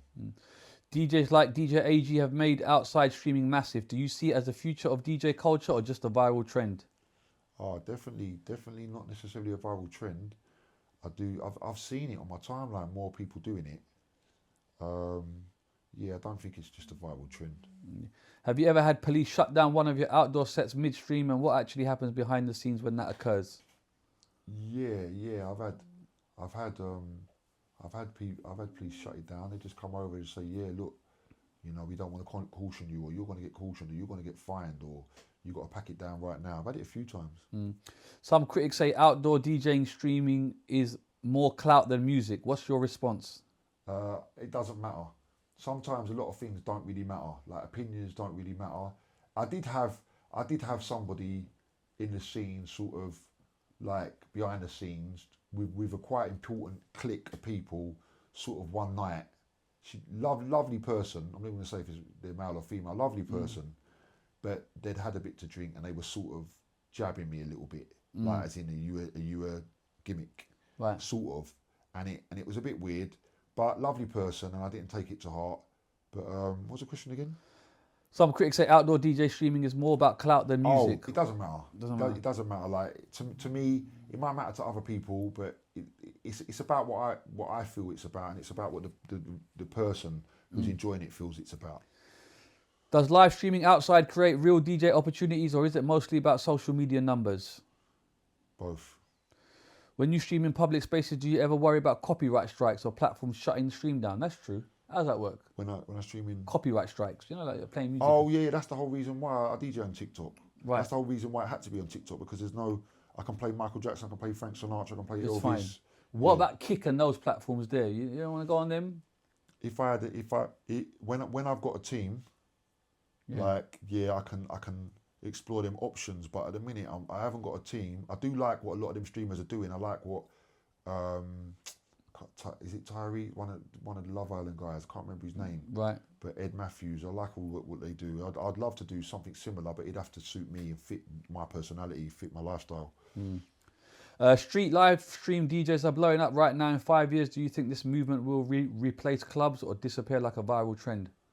Street life DJs. Yeah. Street Street live stream, sorry. Oh, no, I just think the DJ game will just go where it wants to go. You might have people DJing on the boats. You might have the people doing events in bingo halls, which they are. You'll have people DJing in warehouses. I think it's just going to keep going in circles and keep going where it wants to go. Do you think that the streets have now become the new radio station for DJs? Yeah. You played... Only for the DJs that are out there, like on the street. Right. But then some other people are still doing stuff that's outside or outside of a house. So, yeah, I don't know about that one. You've played pirate radios, clubs, and now outdoor streams. Which one has the actual real power to break an artist in 2026? For me, when I went on the clubs, when I went on the street, everything multiplied and increased and just blew up. To the streets. Final one. Imagine a young DJ watching this interview right now thinking about doing outdoor live stream sets. What's the one truth about street DJing that nobody tells them? A lot of buying different equipment and finding out what's going to work. What? Well, it's not a lot of, but there is that. I had that. I had things break, and I thought that this would definitely not break, and not. Do you know what I mean? And I had things like that. How much does it roughly cost to set up an outside stream?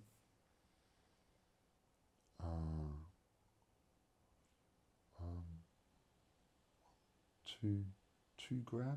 Yeah, it don't have to be the top of the equipment, but just to get you going. Minus the phone, because I presume everyone's got a phone. Yeah. Oh, minus the phone. If you've already got, I think minus the phone, it could be, if you've already got, about $1,500, $2,000, about $1,500. Or no, if you've got really cheap decks. Yeah. Maybe $1,000. Yeah. $1,000-ish. Do you want to tell people what it is that they can use or not? You just it depends what you want to use. Like I've got a lot of different setups for a lot of different. Okay. Like when I've gone on airplanes and I've gone on trains. On aeroplanes? Yeah. What, you stream from an aeroplane? Yeah. How? Man can't even get Wi-Fi on a plane, bruv. Yeah, but I've done it. I've streamed when we were stationary. Right. And I've recorded up 35,000 feet in the air. Right. So I use different. I use different things for different locations, so it'll be hard for me to really like specify exactly what I'm using for. Right. You know what I mean? Why did you want to stream at 35,000 feet in the air in a plane? I get it. I It's just a wanted, good idea. I just wanted to be wild and be the foot and be and just do as many wild things that I could. That could be iconic memories that could solidify me in the DJ world. So what's on your list to go now next and do? You've got to do a mountain. Go on. Yeah, I wouldn't like to put it out because I don't like to talk about my. But anything you could imagine, really. However, I have got some sick ideas for you, bro. I'd love to do them. I have seen people do ideas that I was going to do. Right. I have seen that Does already. that stop you from doing it, or you still want to do it? Not really, because I think to myself, well, everybody's just, it's a free-for-all. Everybody's just doing what they want to do. So not really. People have done stuff that I've done. Exactly. And I've done stuff that they've done. Yeah. So, like, it's not really the end of the world. I think the most thing that a lot of people ain't touched that I done was the trains. Right. Me and Two Tom was the trains, and no one, AG did do it after me, but I done stuff after him. Yeah. And I don't really look at AG like that because of the connection that we've got. So I didn't ever think nothing of it, and like I never felt like it was something I owned when I saw him do it. I was happy. I loved it. Everything I've ever seen him do, I've loved. 30 quick fire questions, then we're done. Thank you for your time, sir. Thank you. Pirate radio or live streams? Live streams all day long. Best place in London to do an outdoor set? That I've done. I think London, I can't even really remember. Like Essex, I could probably say Romford. Yeah. Is my spot. Okay. Worst place you've ever tried to stream from? Only places with bad signal, places where there was nothing happening, and I don't want to say the town because I got people that I know that are there, and I don't want to upset them. He was telling me that there's a backpack that you can get that has got a thing in it, and you can stream anywhere in the world, like anywhere. It's just, he was telling me there's a get me. So is it like good reception? Yeah, it's like an amplifying thing. It's that's mad. And apparently, and it's crazy price. But apparently, if I can save the money. Apparently, you can stream anywhere from it. Apparently. That's crazy. So there you go. Vinyl or USB? I'd say USB now. Daytime street set or nighttime street set? Oh my God, that's a wicked question. I'll say daytime for now. Craziest crowd reaction you've had while streaming? Ooh, I don't know. I think it was a good one when I was in Grays the other day, and I was just mixing, and there was a lot of college kids and other people just sitting around watching, and I really appreciated that because it weren't about nothing else other than me mixing. One song guaranteed to move a random street crowd? I said it earlier. Robin S? Yeah, Show Me Love.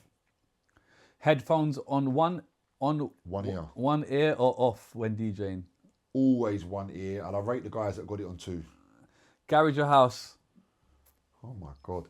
House is the foundation of garage, so I've got to say house. Really? No, only because if you look back at MK, you look at and a lot of, you look at Hard Drive Deep Inside, that comes under the garage umbrella, but it's house. Even Robin S, Show Me Love's house. Even Nightlife, Kim English's house. Follow Me's house. Yeah, all right. You know what I mean? Oh, mate. Best city in the UK to outdoor DJ vibes?